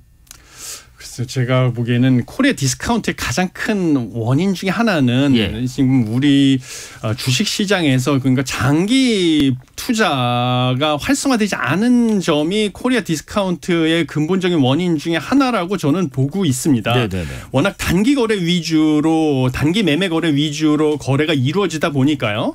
기업들 입장에서는 뭐 장기 투자를 하는 주주들에게 이익을 환원할 유인이 별로 없고요. 주가를 관리할 유인도 별로 없기 때문에 또 주주 입장에서도 장기적으로 주식을 보유해서 배당으로 수익을 올릴 인센티브가 없으니까 단기적으로 주가가 상승을 하면 또 이익을 실현하게 되고 뭐 이런 식으로 악순환이 연속이 되고 있는 것이거든요. 그래서 뭐 우 교수님께서는 지금 코리아 디스카운트가 금융 투자 소득세가 도입을 한다 하더라도 그것 때문에 뭐 코리아 디스카운트가 크진 않을 것이다. 투자자금 이탈이 크지 않을 것이다. 이렇게 보시지만 저는 우리나라 주식시장이 미국과는 다르게 미국은 장기적으로 주가가 큰 폭으로 상승을 해왔고 한국 주식시장은 그동안의 데이터를 보면 주요국 대비 주가 상승률이 높지가 않았거든요. 이게 코리아 디스카운트인데 그것은 단기 투자가 활성화됐기 때문에 조금만 주가가 상승하면 바로 이익 실현하고 조금만 주가가 상승하면 바로 이익 실현하는 이런 상황에서 금융투자 소득세가 이제 도입이 되게 되면 이 기대 수익률 자체가 낮아집니다. 세금이 들어가니까요. 그러면 당연히 우리나라보다 오히려 기대 수익률이 높아진 지금보다 더 높아지는 미국으로 투자 자금은 이동할 수밖에 없는 거죠. 미국 주식시장으로. 그래서 코리아 디스카운트는 커질 수밖에 없다. 그리고 그 원인 중에 하나는 장기 투자가 활성화되지 않은 이 단기 투자 위주의 투자 문화. 그러다 보니까 기업들도 주주에게 배당을 낮게 하고 주가를 관리할 유인이 적어지는 이런 문화가 이렇게 악순환의 연속이 되는 이런 것이 주요 원인이고 그러면 금융투자소득세가 도입이 되면서 증권거래세가 단계적으로 폐지되면 당연히 단타 거래가 더 활성화돼서 이런 것은 더 강화될 것이다. 그래서 이것을 다 원점에서 재검토해야 된다. 이런 생각은 변함이 없습니다. 우리나라 그 주식시장에서 기업들 배당을 안 주고 하는 이유는 사실은 배당에는 과세가 되고 주식 양도 차익에는 과세가 되지 않기 때문에 뭐 기업들도 그렇고 투자자들도 내가 배당으로 내가 이것을 이 수익을 가져가는 것보다 양도 차익으로 가져가는 것이 훨씬 유리하기 때문에 그런 현상이 벌어지는 거거든요. 그런 행동을 교정하기 위해서라도 금투세는 우리가 어렵게 지금 달성한 합의입니다. 그래서 어렵게 달성한 합의를 큰 근거 없이 그 총선을 앞두고 이렇게 나설 문제는 아닌 것 같다. 그렇게 보고 있습니다. 한 1, 2분 정도 남아서요. 마지막 질문 좀 드릴게요. 그러면 이제 우 교수님께서는 뜬금없이 이렇게 내놓는 것은 옳지 않다라는 입장이신 것 같고 석 교수님은 이 자체에 대해서 애초에부터 생각을 달리했어야 된다는 입장이신 것 같은데 어쨌든 이제 대통령께서 공식화를 했지만은 국회가 이 문제를 어떻게 처리할지가 관건입니다. 두 분께서 각각 우리 우 교수님 먼저 국회 이 문제를 이렇게 바라보는 것이 적절하겠다라고 조언하신다면요? 뭐 지금 사실 여야가 좀 대화가 잘 안 되고 있는데 일단 2020년도의 합의는 전 유효하다고 봐요. 그리고 우리가 이제 우리 국민들이 자산에 대한 과세를 형평성 차원에서 어떻게 할 것이냐에 대한 잠정적인 합의를 도달했기 때문에 큰 일이 없으면은 그대로 시행하는 것이 저는 좋다고 보고 만약에 장기 투자에 대한 그 필요성이나 이런 보완의 점들이 있다고 치면은 그런 개정할 만한 그런 요인은 있다고 봅니다. 다만 대통령이 이렇게 갑자기 뜬금없이 총선을 목표로 해가지고 이렇게 이런 세제 개편을 던지는 거는 무책임하다 이렇게 저는 보여요. 왜냐하면 이게 작년도 세제 개편에서도 없었고 올해 경제 정책 방향 며칠 전에 한 것도 없는 내용입니다. 갑자기 이렇게 하는 것을 좀 지양해야 되지 않을까 이런 생각하고 있습니다. 석 교수님 마무리 발언 들어보겠습니다. 국회는 민의를 대변하는 기관이기 때문에요. 그 뭐 민심을 받들어 가지고 뭐 대통령이 사실 이 문제에 대해서 좀 이슈를 제기했기 때문에요. 좀 민심을 대변해서 이번에 금융투자소득세를 갖다가 원점에서 재검토하고 장기 투자를 유도하는 방식으로 세제를 다시 좀 재정립을 하는 계기를 삼고 이것이 기업들의 자금 조달을 용이하게 하고 또 기업들의 투자에 들어가는 비용을 낮춰서 뭔가 장기적인 경제 성장 동력을 확충하는 이런 계기가 되도록 뭔가 여야가 지혜를 모아야 된다고 저는 생각을 합니다. 여기까지 말씀 듣겠습니다. 석병훈 이화여대 경제학과 교수 그리고 우석진 명지대 경제학과 교수였습니다. 고맙습니다. 감사합니다. 오늘 뉴스레터 K는 여기까지입니다. 커피 쿠폰 받으실 분들 뉴스레터 K 홈페이지를 확인해 주시고요. 방송 내용을 안에 들어가시면 알 수 있습니다. 오늘도 여러분과 함께 세상 읽어봤습니다. 지금까지 뉴스레터 K, KBS 김용준이었습니다. 고맙습니다.